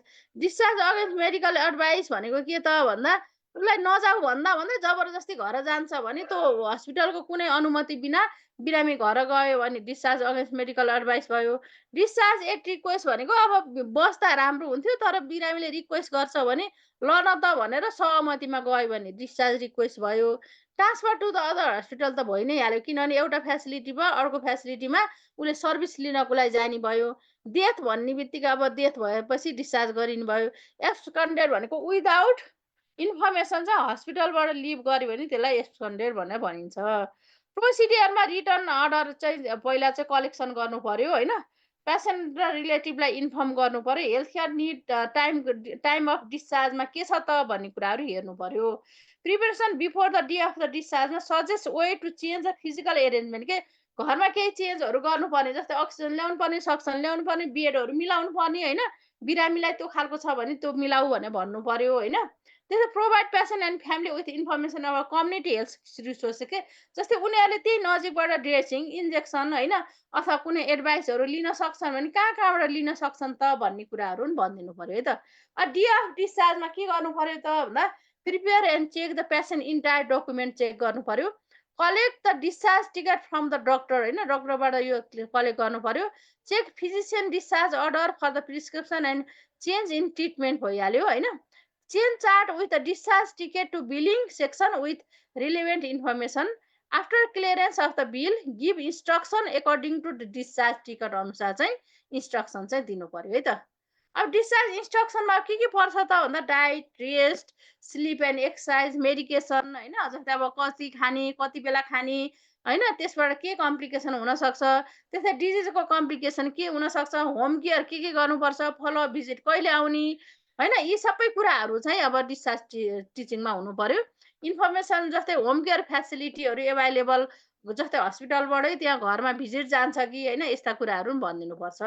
पेसेन्टलाई चाहिँ ड्रेस लगाउन हेल्प गर्ने, यदि हिँड्न सक्छ भने हिँडेर जान पठाउने, छैन भने व्हिल चेयर अथवा स्ट्रेचर चाहिँ म्यानेज गरिदिनु पर्यो होइन। र सबै डिस्चार्ज चाहिँ डकुमेन्टेसन चाहिँ गर्नुपर्छ र बेड चाहिँ रेडी गरेर राख्नुपर्छ। अब लामामा गएको छ भने जहिले पनि हामीले चाहिँ त्यो साइन गराउनुपर्छ कि उनीहरूलाई चाहिँ, किनभने ऊ आफ्नो हिसाबले गएको छ भने म आफ्नो इन्ट्रेस्टले चाहिँ जाँदैछु भन्ने हिसाबले साइन गर्नुपर्छ। र यदि चाहिँ अब यस्तो कुनै पुलिस केसहरू डिस्चार्ज भएको छ भने पुलिसलाई चाहिँ इन्फर्म गर्नुपर्छ होइन। एक्सिडेन्ट त्यस्तोहरू पुलिसले एडमिसन गरेको हुन्छ नि त, त्यस्तो एब्सकन्डेड छ भने त्यही अनुसारले नै हामीले खबर गर्नुपर्ने हुन्छ होइन। र ट्रान्सफर छ भने ट्रान्सफर लेटर चाहिँ प्रोभाइड गर्नुपर्छ। अब एउटा हस्पिटलदेखि अर्को हस्पिटलमा ट्रान्सफर भएकोलाई चाहिँ इन्टर हस्पिटल भनेर भनिन्छ होइन। विदिन हस्पिटल जस्तै एउटा वार्डदेखि अर्को वार्डमा छ भने इन्ट्रा हस्पिटल भनेर चाहिँ भनिन्छ होइन। यो डिस्चार्जकै एउटा हो। यो हेर्नुहोस् त, when transferring a patient how is the continuity care established?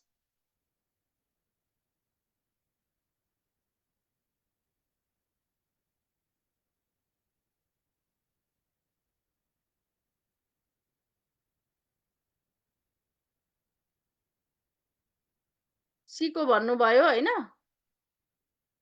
यसमा चाहिँ by document the patient consent before and during the transfer है त, ठिक छ। Which of the following factors ensure the validity of informed written consent except के चाहिँ होइन त, भ्यालिडिटी अफ रिटर्न कन्सेन्टमा कुन चाहिँ होइन?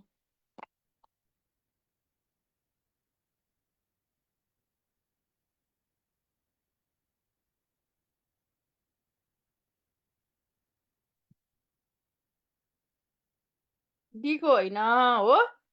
ठिक छ, तपाईँले भन्नुभएको एकदम नै ठिक छ। नर्सेसले साइन गरिदिने त होइन नि त, त्यही भएर डीको चाहिँ होइन है त। When the patient arrive on the medical ward, the duty nurse is responsible for the के को लागि?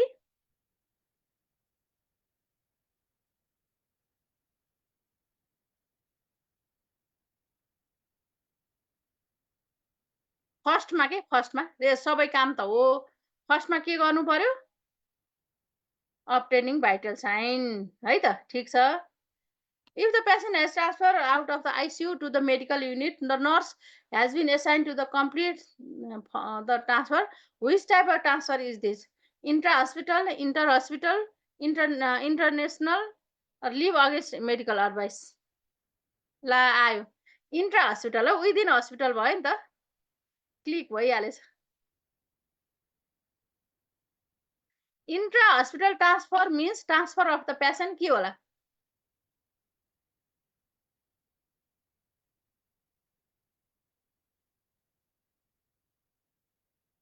ए हो विदिन द हस्पिटल है त ठिक छ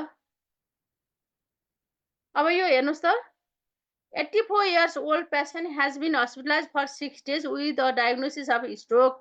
When should the nurse beginning the patient discharge? कहिले सुरु गर्ने डिस्चार्ज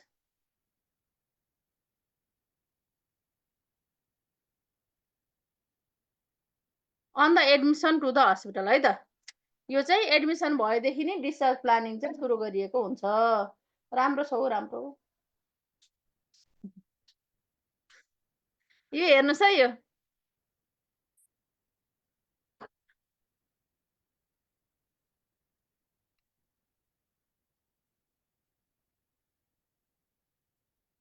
एडमिसन नै दिए भनेपछि कोही भयो त भन्दा 20 जुन नै भयो नि त होइन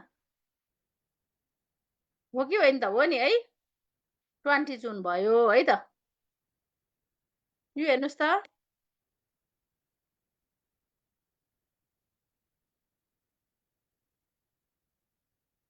भोक लाग्यो ल ल ल अब यही नै कुरा हो धेरै त छैन ल स्ट्रेस क्राइसिसको अर्को दिन गरौँ ल ठिक छ आजलाई यति गरौँ न त ल बाई बाई गुड नाइट बुझेको छ नि क्लास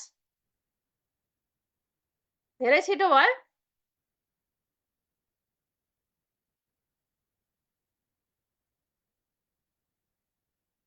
धेरै छिटो भयो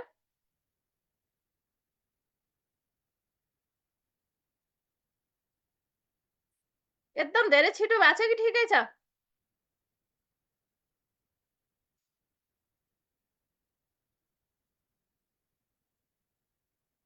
कहिले छिटो कहिले ल ठिक छ छिटो भयो भने छिटो भयो भन्नुहोस् न ल थ्याङ्क यू